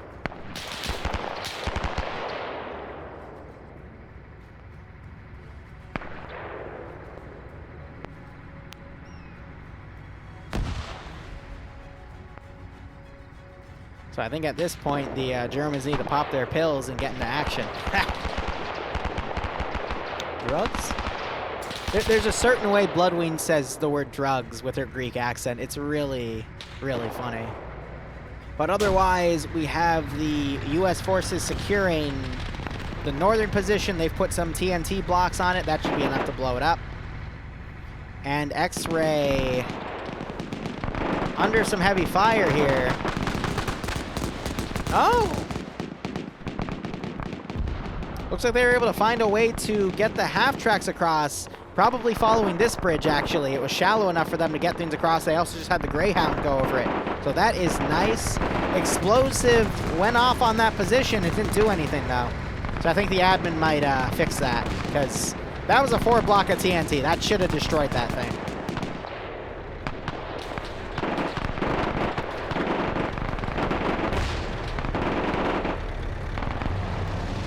So I'm not sure if these guys are going to go south and try to cross around, or if they'll harass from the bridge.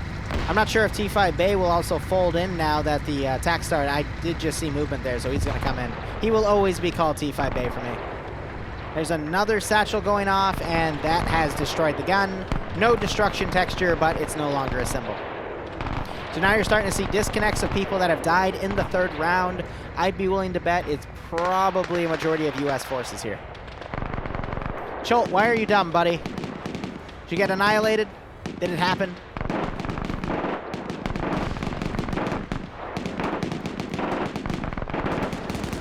So yeah, with these extra 50 cals brought up, the U.S. forces are going to be able to field a lot of extra fire here. You got Nielsen firing with that half-track there. He's already on 2 kills, by the way. Let's watch his POV a little bit. Oh, you were the one that armored the blue for, Vic. Are you Private Holtz? You just took the C out of your name. Oh, go fuck yourself with that one, buddy. He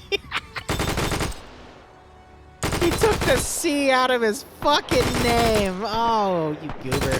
But look at that. They, Nielsen here just knocked out one of, I think the gunner off of the 50 cal Vic right here. Yep, so his body gets knocked out.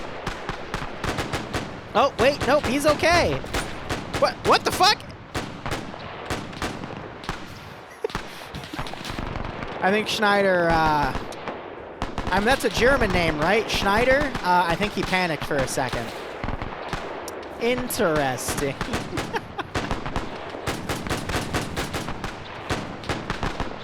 Nielsen is doing a great job locking down these open areas, though. So that's going to force the U.S. to kind of push along the coast here, where the Germans have a big line of troops. We got Charlie 2 coming around. I could see them breaching in and getting to the objective before the Germans could retaliate. So this could still go either way. And we have Eason here from 4IB coming up. He's the machine gunner, and he's trying to get close to the enemy, but he's the Charlie 2. So the machine gun in FNF standard is the SG-44.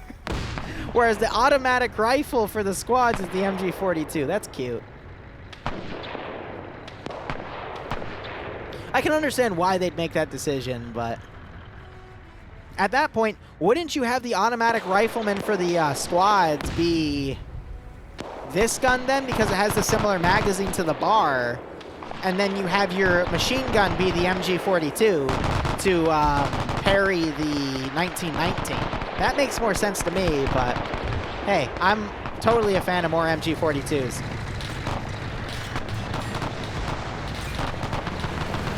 I think the gunner just got shot. Yep, that was Solomon.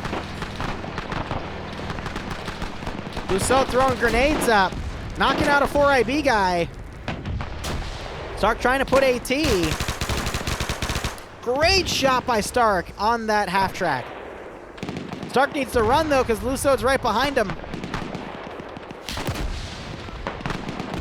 Jeez, Lusso's battle blade just got hit, and he just got hit by, I believe, Fargren on the side. Stark putting a perfect grenade at Lusso's feet. Holy fuck. And a second one. Stark really showing his skills this week. That's great. 2 vehicle kills for Stark and 1 infantry kill from that grenade. Great job.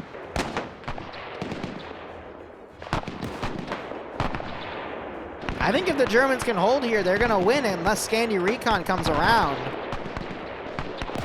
There's some stray fire coming into where Scandi is. You got Foxtrot coming from the different side here. And Hans is waiting for him. Bay's coming from the other side of the river to potentially flank as well. Common sense is not common sense. Common sense is seldom common. That is my #1 thing to say as a player in any Arma 3 scenario. As a Zeus, my #1 thing to say is take feedback. But as a player, common sense is seldom common. So Germans realizing that the U.S. are starting to get into some grenade ranges, or at least thinking because of the smoke, start to do that. And that's baiting the Germans to throw all their grenades while we still have a line of U.S. forces here lying in wait. But look at all those skulls on the the U.S. side compared to all the skulls on the German side. Granted, we have a lot of people leaving, and sometimes that gets rid of their skull. But numbers-wise, I think the Germans are having an advantage here. But Scandi Recon opens up, getting a flank down here. Smoke going over.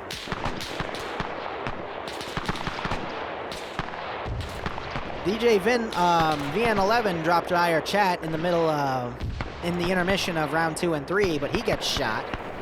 Scandia Recon running up, but grenades are being thrown on him. And they're able to just barely avoid those grenades. Ooh, Max trying to get some shots in on Azariah there, lone survivor. Oh, just look at that line of German forces compared to the lack of U.S. forces here. Looks like the U.S. might start trying to funnel forces around, because all they have to do is get to that Vic, it is on a Vic, and destroy it. 50 cals coming around. Germans are doing a counterattack with Pepega. Pepega Pirates coming around. Might get a flank on Coac.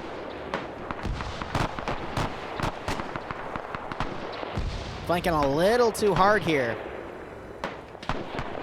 This is now where the major fight is, as the U.S. forces have started grenading the top of this. Swola coming in with the half-track. Now this force is dismounting. Azariah through the window, taking out that one guy. Now they're breaching in. If these guys have explosive charges to take out that vehicle, that's all they need. They need someone with explosives to come in and take it out, but they are within striking distance. And Blue 4 hasn't realized this yet. So I would give Blue 4 a few minutes before they react to this flank. We got Foxtrot going, but we got Fisher and Pickles back here. They lost a guy, but they're watching this force come around. But this is the important fight right here. Now, Charlie 2 does have AT, so Sleshy has the bazooka, so Sleshy needs to be escorted in here. Azariah went back and grabbed Sleshy, but Max is right here. Max might go downstairs real quick. Sleshy's being pointed out by Azariah. Will Max come downstairs and stop them? He does not. There's no side windows there. I think this is it. It's GG. A very well done job by Scandia Recon there, playing the objective and clutching it. Because without that, this force would have been defeated in detail and then the Germans would have pulled back. So the Germans overextended, didn't play the objective, they played for kills and lost it. And you're right, I cursed Blue 4. I'm so sorry. But anyway, guys, we will be back in an hour and 30 minutes for the NA branch of FNF. Another 3 rounds of World War II Arma 3 PvP with Friday Night Fights. Hopefully back to 124 players. Thank you so much for watching. Go operate operationally. Hopefully I'll see you in a bit. Otherwise, cheers. Have a good one.